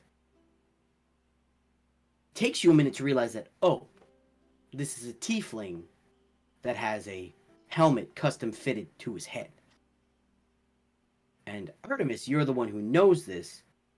This is a helmet that is used to protect from people getting into your head. You may be giving me looks, Jordan, but this is an item I gave you. I have a ring that does the same thing. Yes, a ring of mind shielding, but he has a helmet, and it's Jordan's got somewhat like shit. it's kind of like a Spartan helmet, so like you can see the eyes and mouth, but the top is just a brain, and his horn pattern is sticking out through it. The horn pattern, for those who are wondering what it looks like, think Darth Maul. This person is Darth Maul, but purple. Jordan's creations. Another purple tiefling. What? I literally asked him for a Jordan's- character, like for a character token. He put it in Photoshop, turned it purple, drew a French mustache on him, and sent it to me. I did not put a mustache. I did. I still use the mustache. It was great. Yeah, that's just Jordan's third purple tiefling. Who was the other one? The one in my campaign. Was it purple? Well, I put it blue, but you said it was purple. Oh shit! I didn't realize Ernie was purple. I thought he was like grayish. But I didn't remember. I remember Jordan? putting it blue, and you were like, "Oh, I imagined it purple." I was like, "Oh, okay, my bad." Jordan's just a Jordan big oversees- fan of Barney. Jordan has a type. Jordan is a fan of Demon Barney, and he doesn't want to let us know. I love you. And he's Shame him. And Jordan is a big shove fan some of rocks. Jordan's a big fan of Armor of Agathis. Yes, that is pretty much it.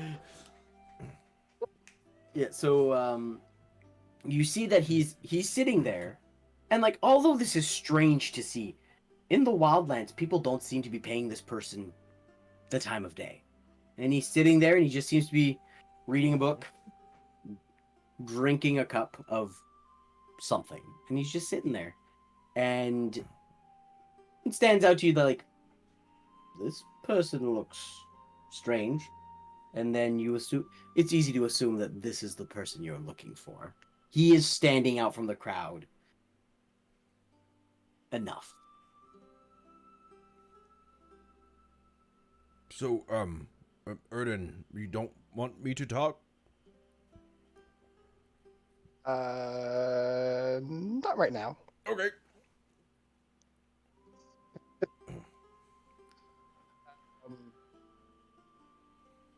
So there's nobody. Is there anybody else in the shop, or is it just?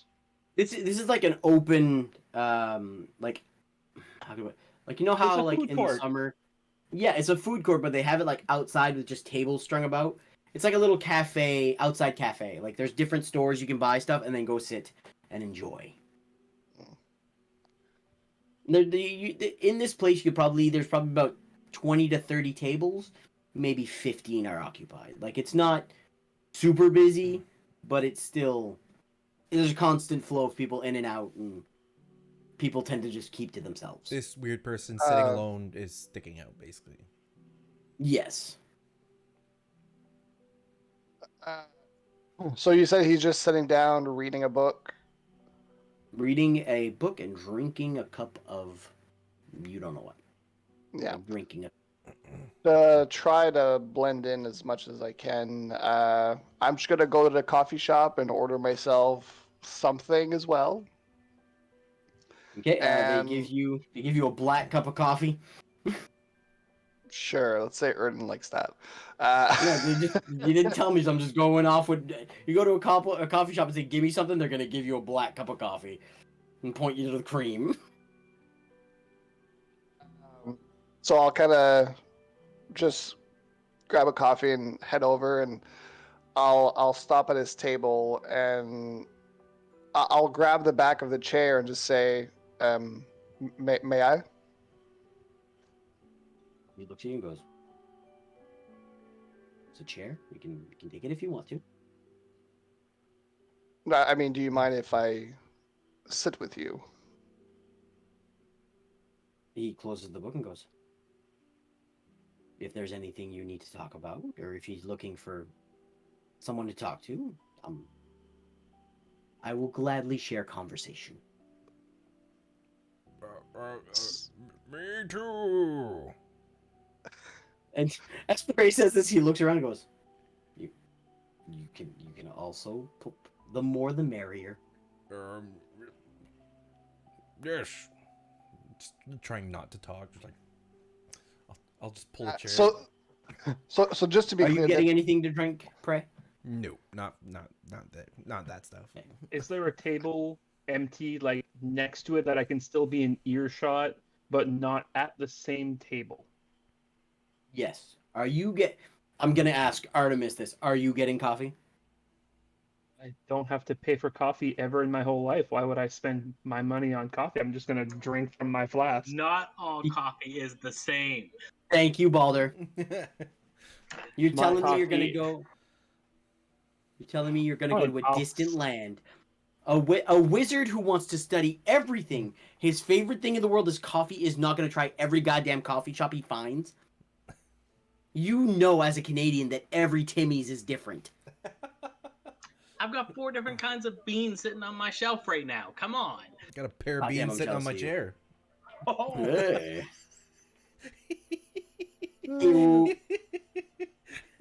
Oh, ring. Um, Fine, you son of a bitch. Have it your way. Sorry, that's not the right slogan. I'll go up with Artie and get a drink as well. Take off your Okay, phone. Balder, you oh, pay for your coffee. Just give me a moment. Artemis, you go to pay for your coffee and your pouch, your money, gone. I knew you asked me where I kept my money for a reason. If a Okay, I'm DM poor. ever asks you this, do not. You're just be like, yeah, I got my shit stolen. Or just lie. You're like, oh, It wasn't Um, there. I don't have any money. Apparently, so think I was robbed.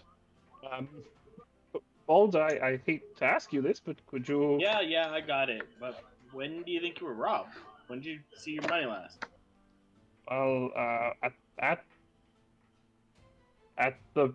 the last place I remember was when I put it on my did I have it this morning when I left? Yes, you had it when you left the bar. Okay. I remember putting it on my person this morning when we left. Okay. Well, we can backtrack and try to find it on after this is done, but I don't think we really want to leave at the moment. No. No, oh, no. he got robbed. We're just gonna go. Just wait here for us. Which okay. He's not with us. We're just really nice people. Yeah. I can always Yeah. make more money, I suppose. Yeah, so it's really good coffee, Artemis. It's like Better than my really- flask, though. This is The story of your a girl. flask. Your flask tastes like the coffee you have when you come back home. Like, this is the coffee I drank when I grew up. This is the first place I like that first sip of coffee you had when you're like, I like coffee now. This is like when you decide you've had Timmy's or Dunkin' Donuts or whatever your local chain is wherever you live, and it's the first time you went like, you know what, I'm gonna order from the fancy menu. This is, as a coffee connoisseur, this is very good. It's not the best, but it's a treat. I know, but may I read you the description of my coffee bottle? It's this metal bottle carries delicious warm coffee. And I don't care about the stopper, but the coffee inside is always comfortably warm, and none of the heat can be felt through the bottle. So it is delicious coffee, and you can suck it. Yeah. We didn't say it wasn't. We just said that there's different coffee. So okay, okay. Put it this way: you go to Tim's your entire life, you get a double coffee every day, and then you go to Starbucks and you order a caramel macchiato. That's the only fucking thing I know from Starbucks because I do not drink expensive coffee. Give me the cheap shit all the time. If it wakes me up, let's go. And you have a caramel macchiato, and you go, "Wow, this is dessert in a cup." You know what I mean? Yes, your coffee is still delicious. Your double, you're still gonna have it the next day. But this macchiato, for right now, it is prime. I don't want to be that guy, but you're like describing the wrong brand to me. I loathe Starbucks, but anyways, I understand the analogy. Yes, Starbucks is the only thing I knew that could give me friggin' candy coffee. Sorry. So, as you're enjoying your candy coffee, you guys are sitting with Deidre. So, but before moving forward, so Erden realizes that this is the person we're looking for as well.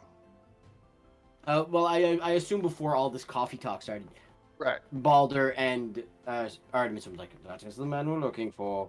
Have fun." So yeah, I'll sit down and I'll wait.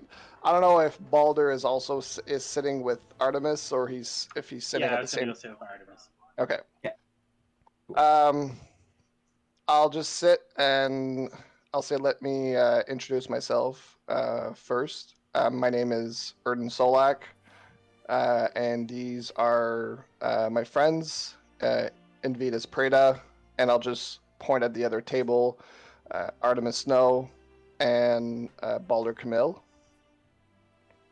You say Solak, and you see that he has this demeanor of not. It's weird. You've met a lot of people of high-standing political power. They've all presented themselves with like, not pizzazz, but poise and like dominance. This person, who is the leader of a criminal organization that seems to span the globe, very down to earth, very relaxed, very common man. And you say Solak, and you see that like this relaxed, chill thing. It goes even like, how can I say this? You see a spark of recognition in his eye. That's how I can put it. As you drop your last name. As your father told you to keep that as an ace up your sleeve, but sure. Yeah, I know. Erden just as soon as he said it. I know. Erden was just like, I don't know. Here's my name, my ace. Fuck you. It's just my name. It's like, yeah, I'm gonna present myself as Erden and then say everyone's full name, and I'm like, I'm just Erden. Hey, Deidre, want candy? I would love a breath mint, thank you. I made it. Yeah. I'll just say we are a group called the Men of the Gill. I'll just put my hand like in front of my chest and put like the Men of the Gill with minor illusion. Just like... Okay. Erden just tries to like keep Deirdre's focus on him. Just be like, don't look at him, look at me. Okay. Look at me. I'm on a horse. Yeah. I'll just yeah. So after I'll say, yeah, we are the Men of the Gill. I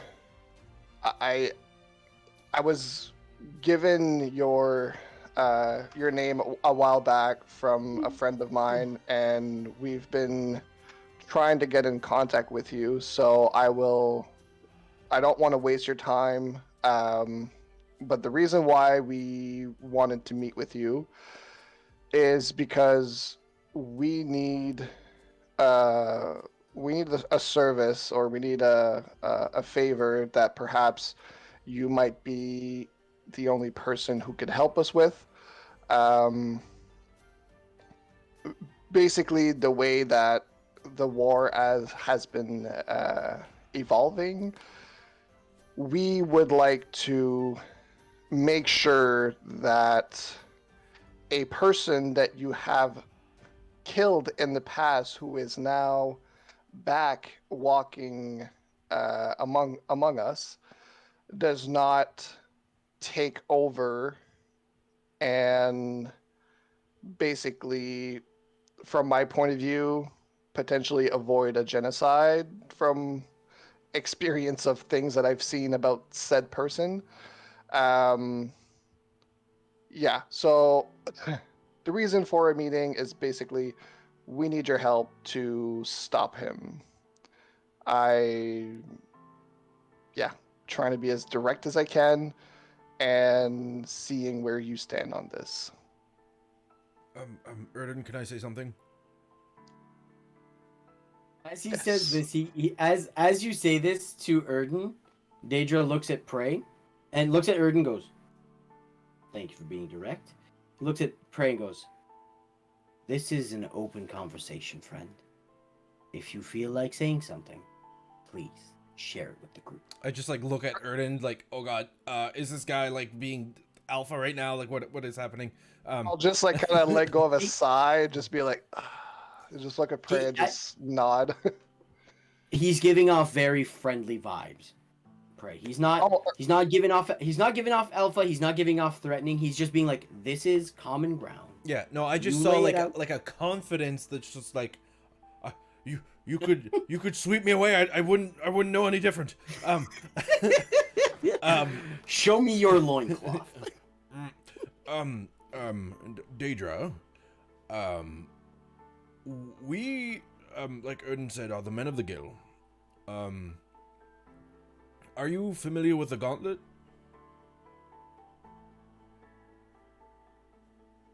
He goes, "I've heard of it. I've placed bets on it. I've had some associates keep an eye on it to see if I could weasel. That's the wrong term. See if I can incorporate it into my gains." Well, we won the gauntlet. Dare I say, with ease. The story you probably heard about us getting your attention, also very easy. We are competent in doing what we're doing, and I do have help that came from a friend, and from my understanding, you've recently lost help from a friend.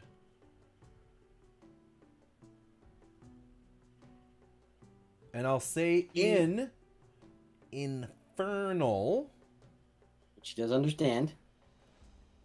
the Liberator.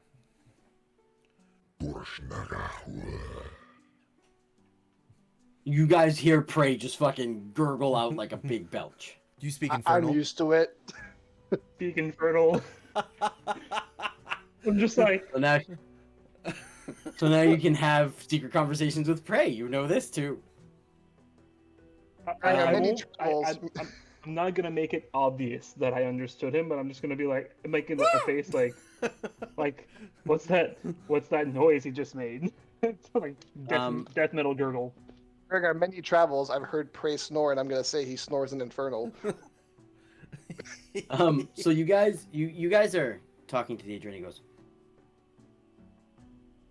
He like takes a minute, closes his eyes, takes a breath, and he goes. Look, I understand being cautious and not giving out every detail on the get-go. He looks at Prey and goes, "The name you've given me means nothing to me. I have no idea who that is." I'll put my hand out, and I'll minor illusion Brian.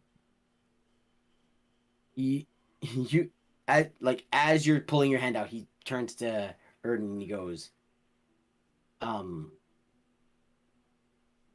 you've given me a lot of there's a person, there's a friend, there's a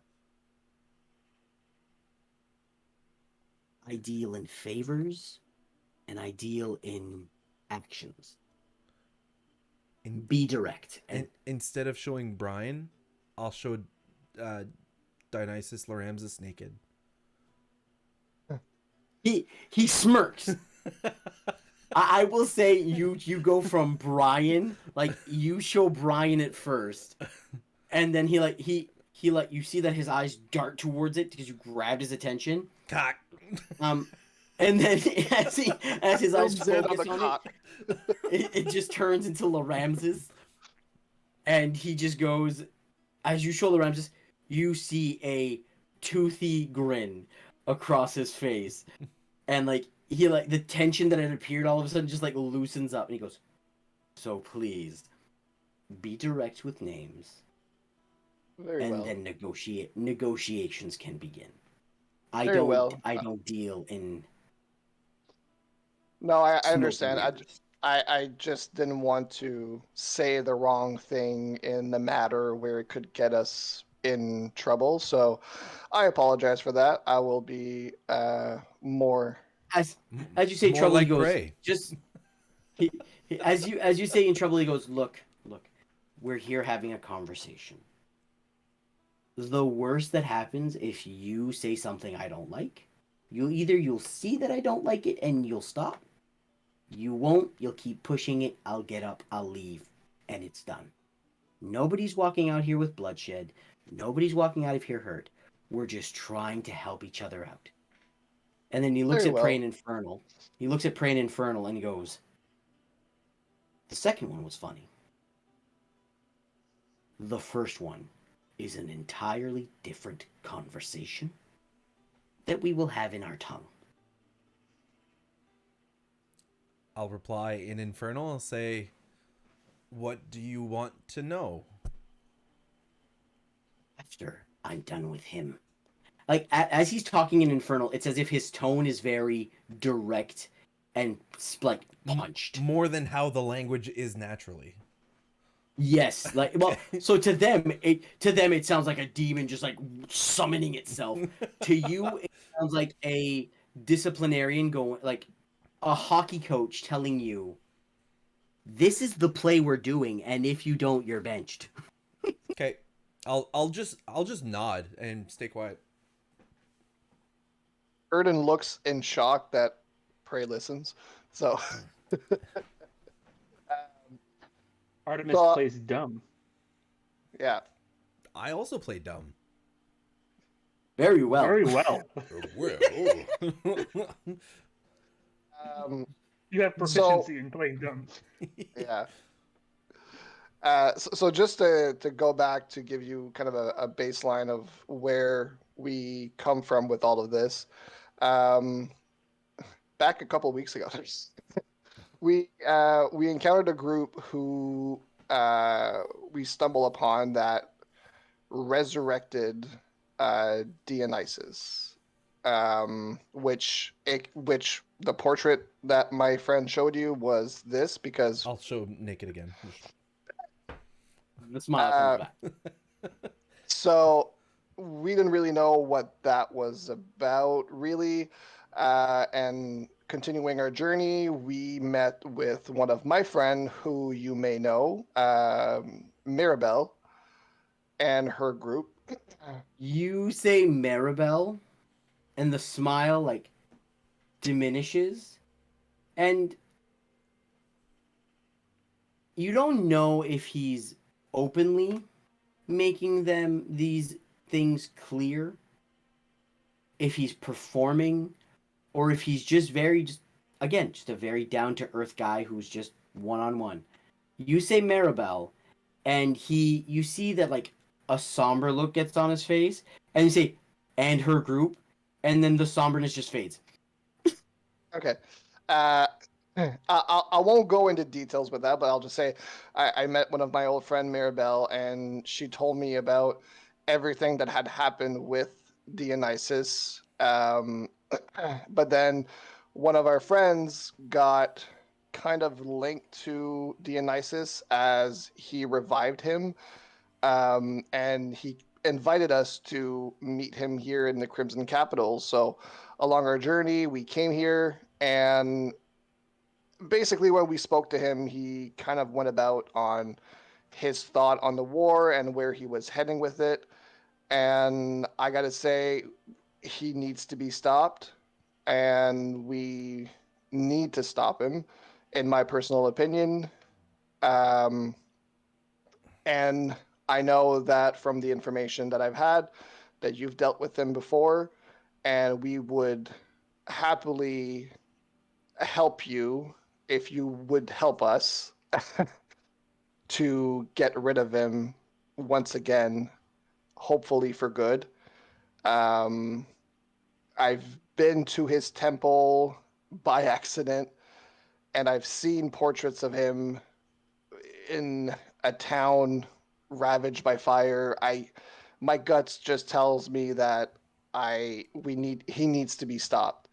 And I'm not sure if we are strong enough, and that's why we are asking for your help.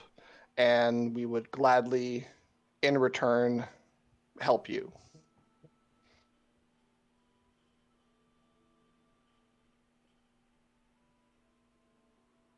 So, what is the favor you're asking of me? You've given me the information. What is the favor you're asking? To get I can rid help. of. Okay. Get rid of Dionysus.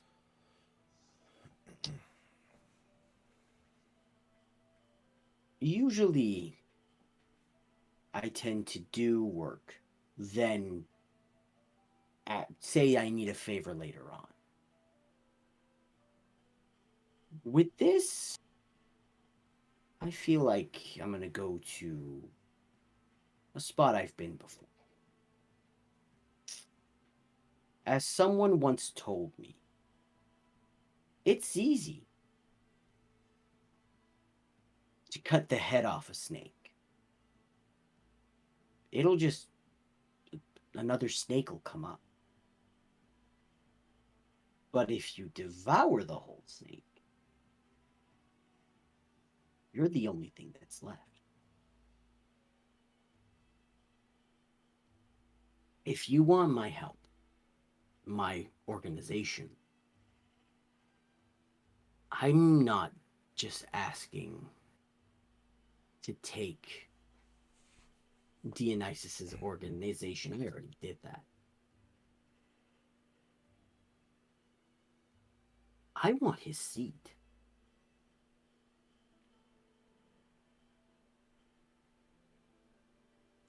The wildlands become mine. Daedra, Yes. Dionysus does have a successor, and I feel like if that successor were to decide what happens, if that makes sense, they could. I'm gonna stop you. Yes. I'm gonna stop you. Yes. As I told your friend, I don't deal with a friend of a friend told me. I deal with names. And I'll just turn over at Prey, and I'm just like, you could say what you have to say in full details.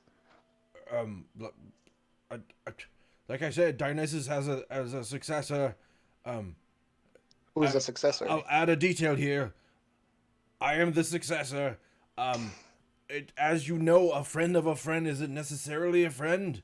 So, our friend Asher, and I'll like show an image of like Asher being like fierce with like murder bunnies like dancing around, like just like the most fierce expression, like with minor illusion, just like he is gone now, and he was the one that was brought back by Dionysus. He is the one that made me accept this offer from Dionysus, and I realize now that is, I guess, a mistake. And I'll like show my shoulder thing. I've been marked. Is that the proper term? I've been chosen. I am the successor. Trademarked. Yes, that is it. Copywritten. So, from what I understand, if Laramses is gone, Prey here will take over his seat. Once there, and I'll look at Prey and I'll just say, you could give your seat to Daedra. Yes. Yes, that is what I was getting at. Yes.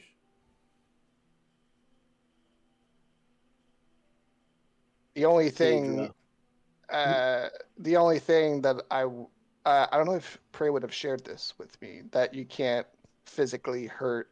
I would have, yeah, I think Yeah, so. he just said it there to Yeah, that's what I Arnold thought. with The noodle body. arms. Yeah. Yeah, And you've Um, seen it in action many times. yeah. The only thing with this uh, branding or this mark that Prey has, I believe he wouldn't be able to help us in this quest against Dionysus. I believe there's some kind of curse or something that prevents him from causing harm to Dionysus. But Like uh, like an anti-mutiny clause in the yeah, contract. but in any Okay. way that we can help, we definitely will.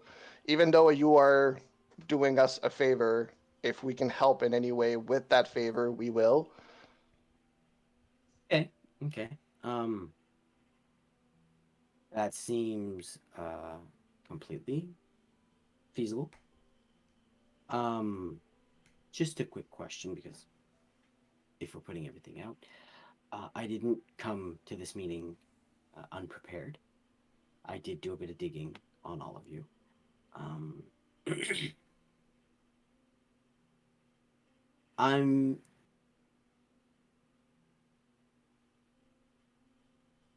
I'm going to do this favor for you because, and he's looking at Erden, because I owe another Solak a favor. And I'm paying, you let him know that this debt is being paid. I'm also doing it because the prize on my end is great. I like it. Also, I want to know. I do know that Muhit and Onyx? Onyx. Yes, I kept saying Annabelle in my head. I do know that Muhit and Onyx have passed from this world. In what I understand is a boating accident. Yeah, the explosion killed them. All right. Oh yeah. Annabelle, I've extended my reach with Annabelle. As an anonymous benefactor, the librarium's being rebuilt. That was kind of my fault. Getting rid of Laramses in the librarium kind of pissed him off, and as you see what he does when he's pissed off, he burns shit down. So he kind of started there. So as a benefactor, extending. But I poor Maribel. I feel bad because like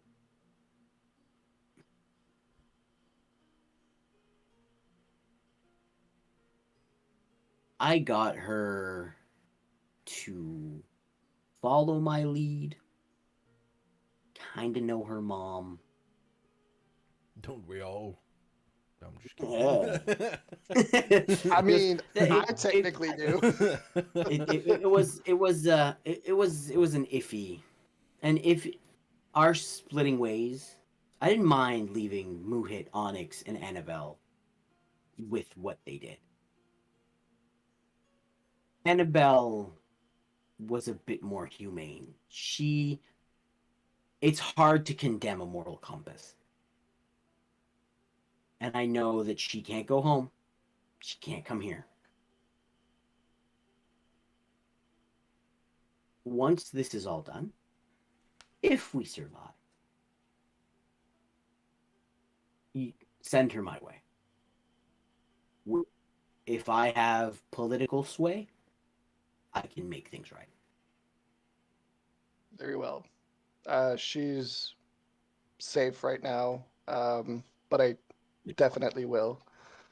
Um, I do believe, and I'll look at Prey, that there is kind of another part to this favor. And he Get interrupts you. He interrupts you. He goes, and you hear the infernal click on. He goes, and like the calm, cool, collected is you all of you. It's for Artemis and Balder. You don't see his face, but you know how a vibe is given off when somebody's mood just fucking switches. That switch is flicked, and it is not rage, not disappointment, but in that boathouse, that we gotta have a talk. And in Infernal, you hear him go, "What does he want?" He wants to spread influence. He wants to No, liberate. no. Don't give me his spiel. You come here, and Infernal. So Erden and Balder have, unless Balder speaks Infernal. And no. Okay, so you guys just hear guttural grunts. But Artemis, you're hearing this completely, and he just goes, "You come here with your friends, and you talk of a person who can sow their words in a way that make people believe things. And you're selling me the same script he sold me under a year ago. I gave him what he wanted, and he threw me to the wayside once he was done with me.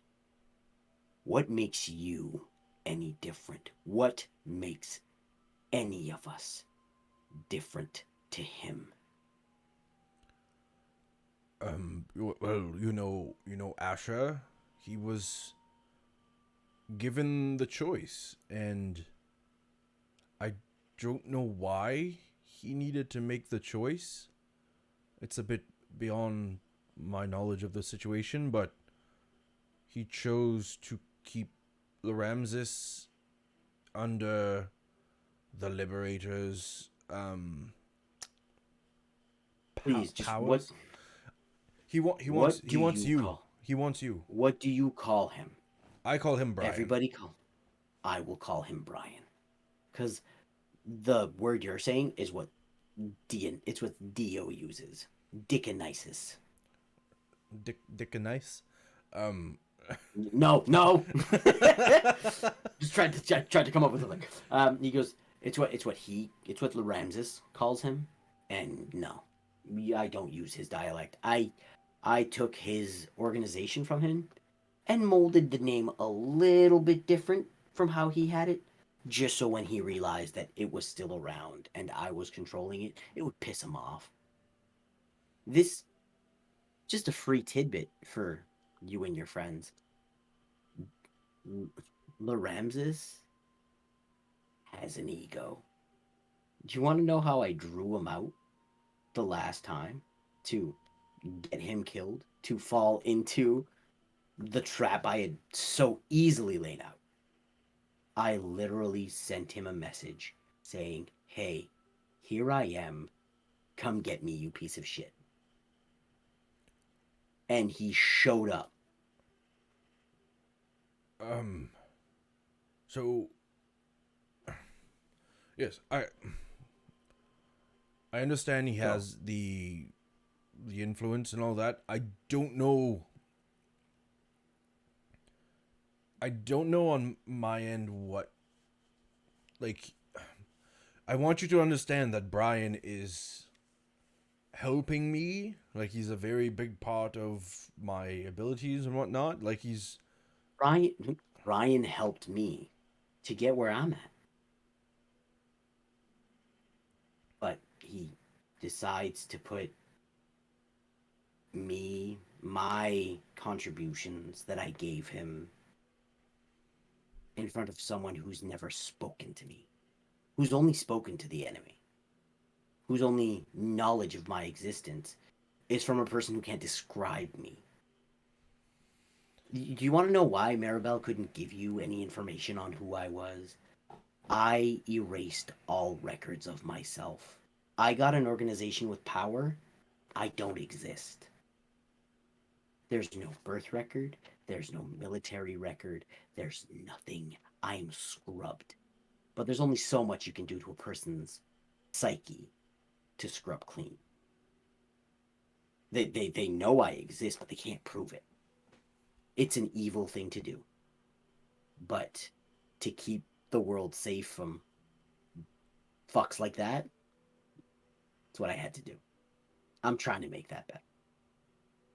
But again, I did all this under his guidance, and he still threw me to the wayside as if I didn't bleed sweat for him. So I need you, the person who is one, bringing him to me, and two, the person who says he gives you powers, why I should give him the time of day. Again. That's a good question. He did warn me that this would be difficult because he knows. I think he knows he either fucked up or he just knows that you'd be pissed. And I think it's a little bit of both, but I don't know for sure. For sure you are pissed. Maybe. Anyways. I know because of his entanglement that he's probably aware of this conversation. On your end. That's You true. can't. Then he goes like this. Doesn't know what's happening with me. So I can't like I understand your point. That's the hard thing. I would have a hard time trusting someone that set me aside like that. But if I think back of Brian, he's done nothing but help me and done nothing but help Asher. He helped him till the end. And from my understanding, Asher's still helping him now. And if there's I don't know what happens if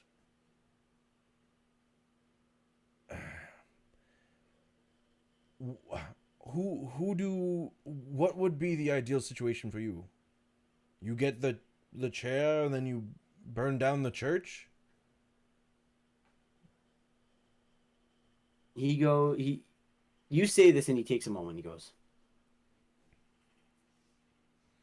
I was taught to look at the first steps. Ignore what comes after. Look at your first target. Weigh the pros and cons of each. What does the winner take from the losers?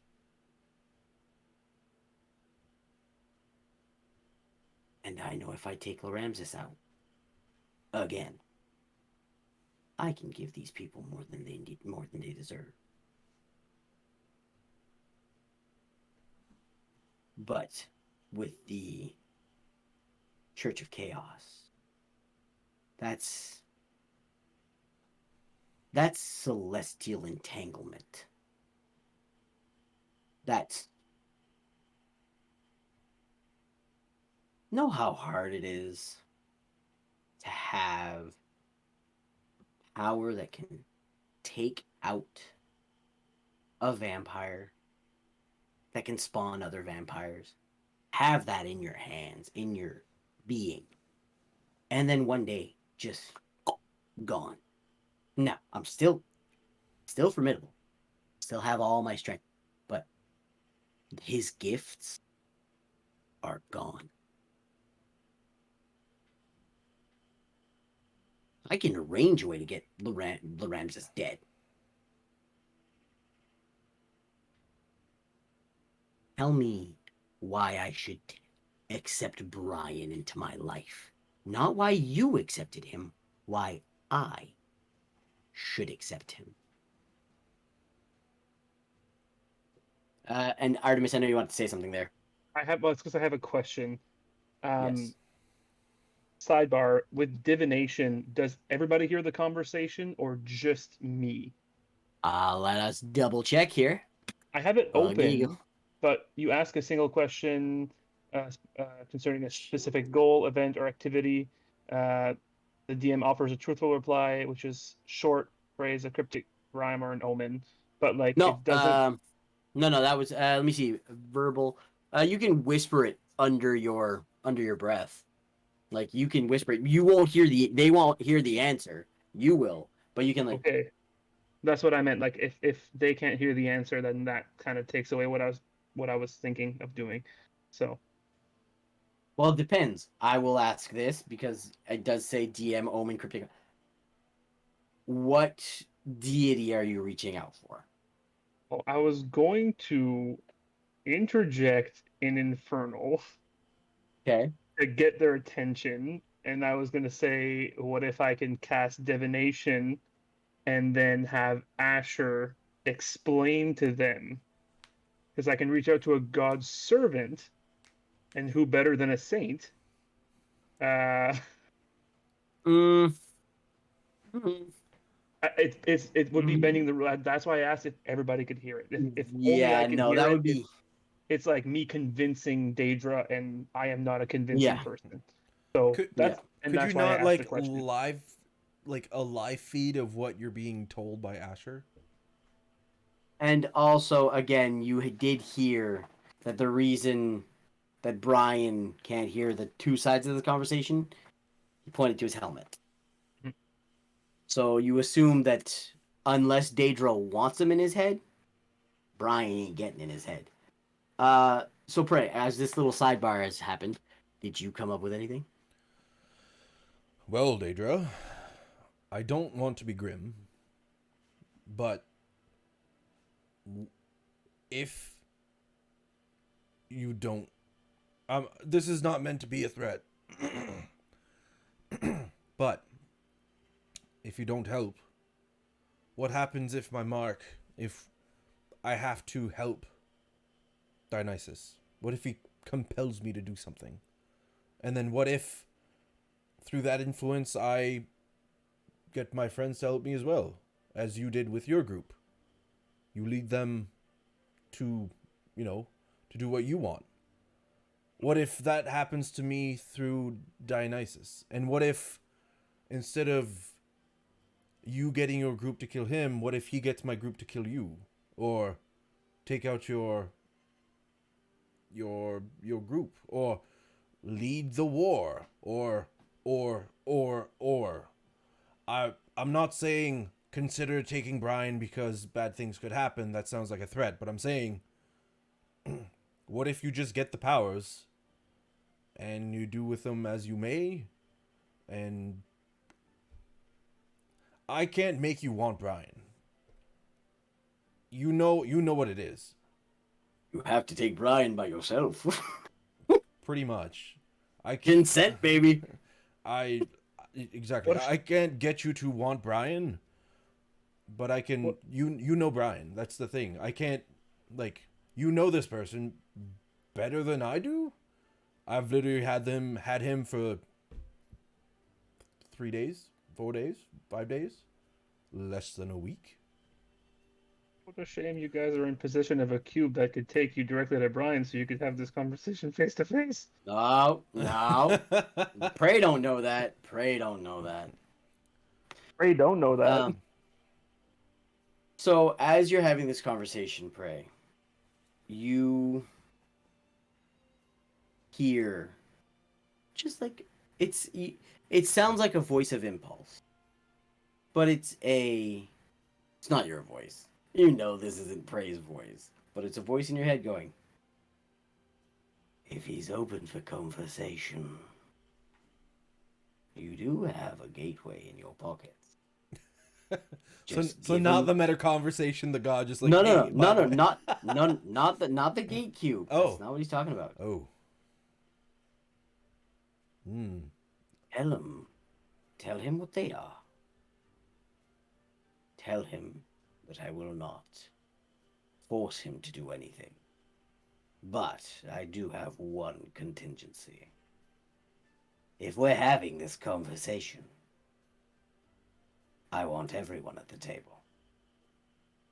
And you feel the gaze go to Erden, Artemis, and Balder, and go, I won't be taking them unless they're willing to accept me. It's the way I flow.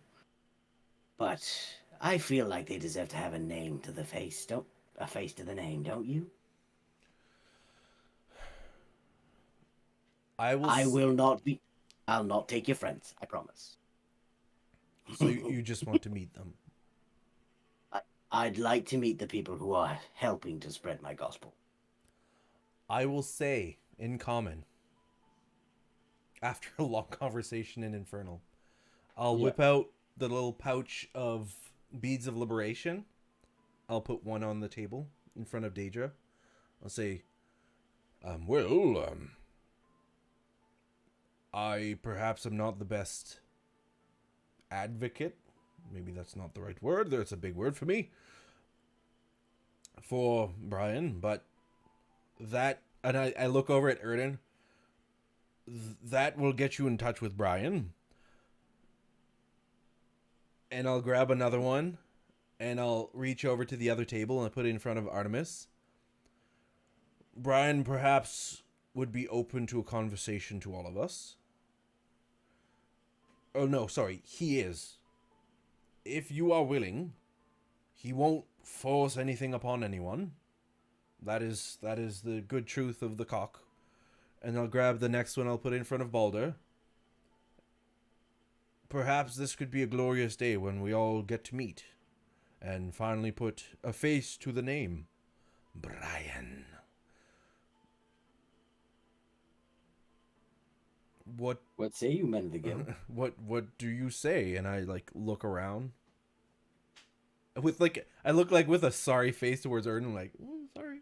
I'm gonna examine it and just be like, he will not force himself upon you. Fear not, because that is not Brian's ways.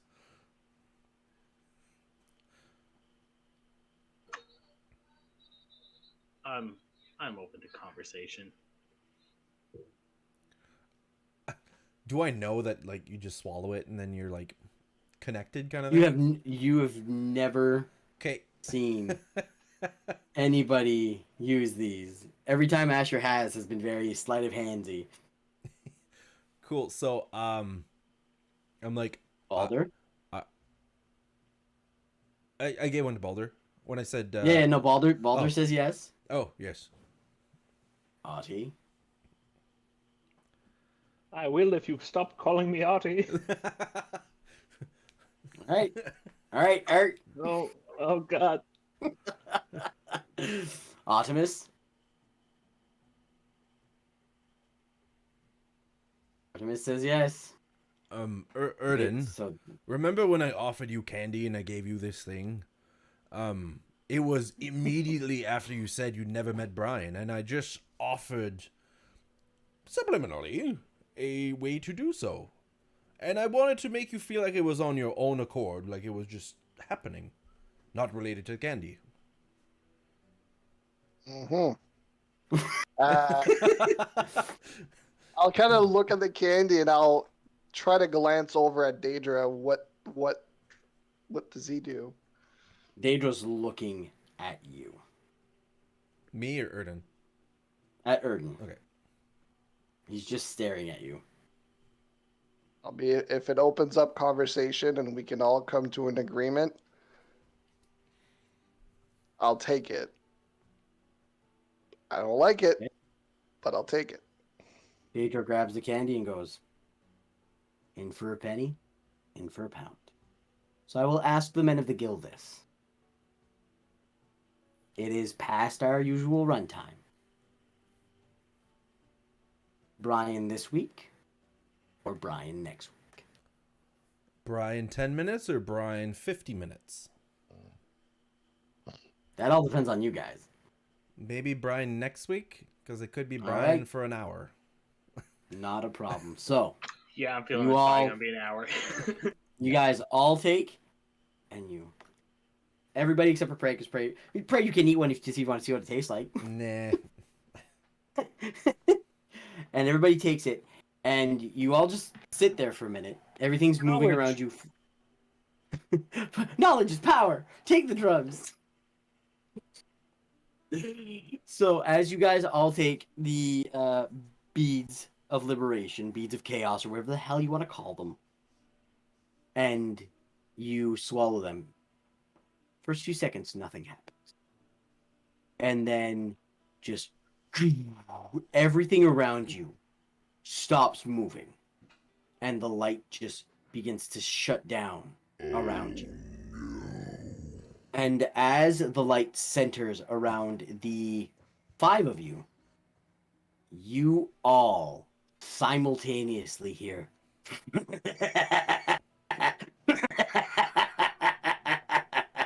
This is going to be interesting. And that Nope, I is Nope, I where don't we'll like pick that. up next week. Cool. So, thank you everyone for watching. We are the Men of the Gill, and Artemis Snow, I feel, will soon be a Men of the Gill. Anyways, Or die. I will remind everyone that we will be doing a giveaway for signed posters. And let's Yes. give away 500 followers. So if you're not following, please follow. Help us get to that goal. I will raid Dice Cream Sandwich, who is streaming right now. Anything You else, broke boys, 450. before we go? Make sure to tune in and tell all your friends to follow so that we can get that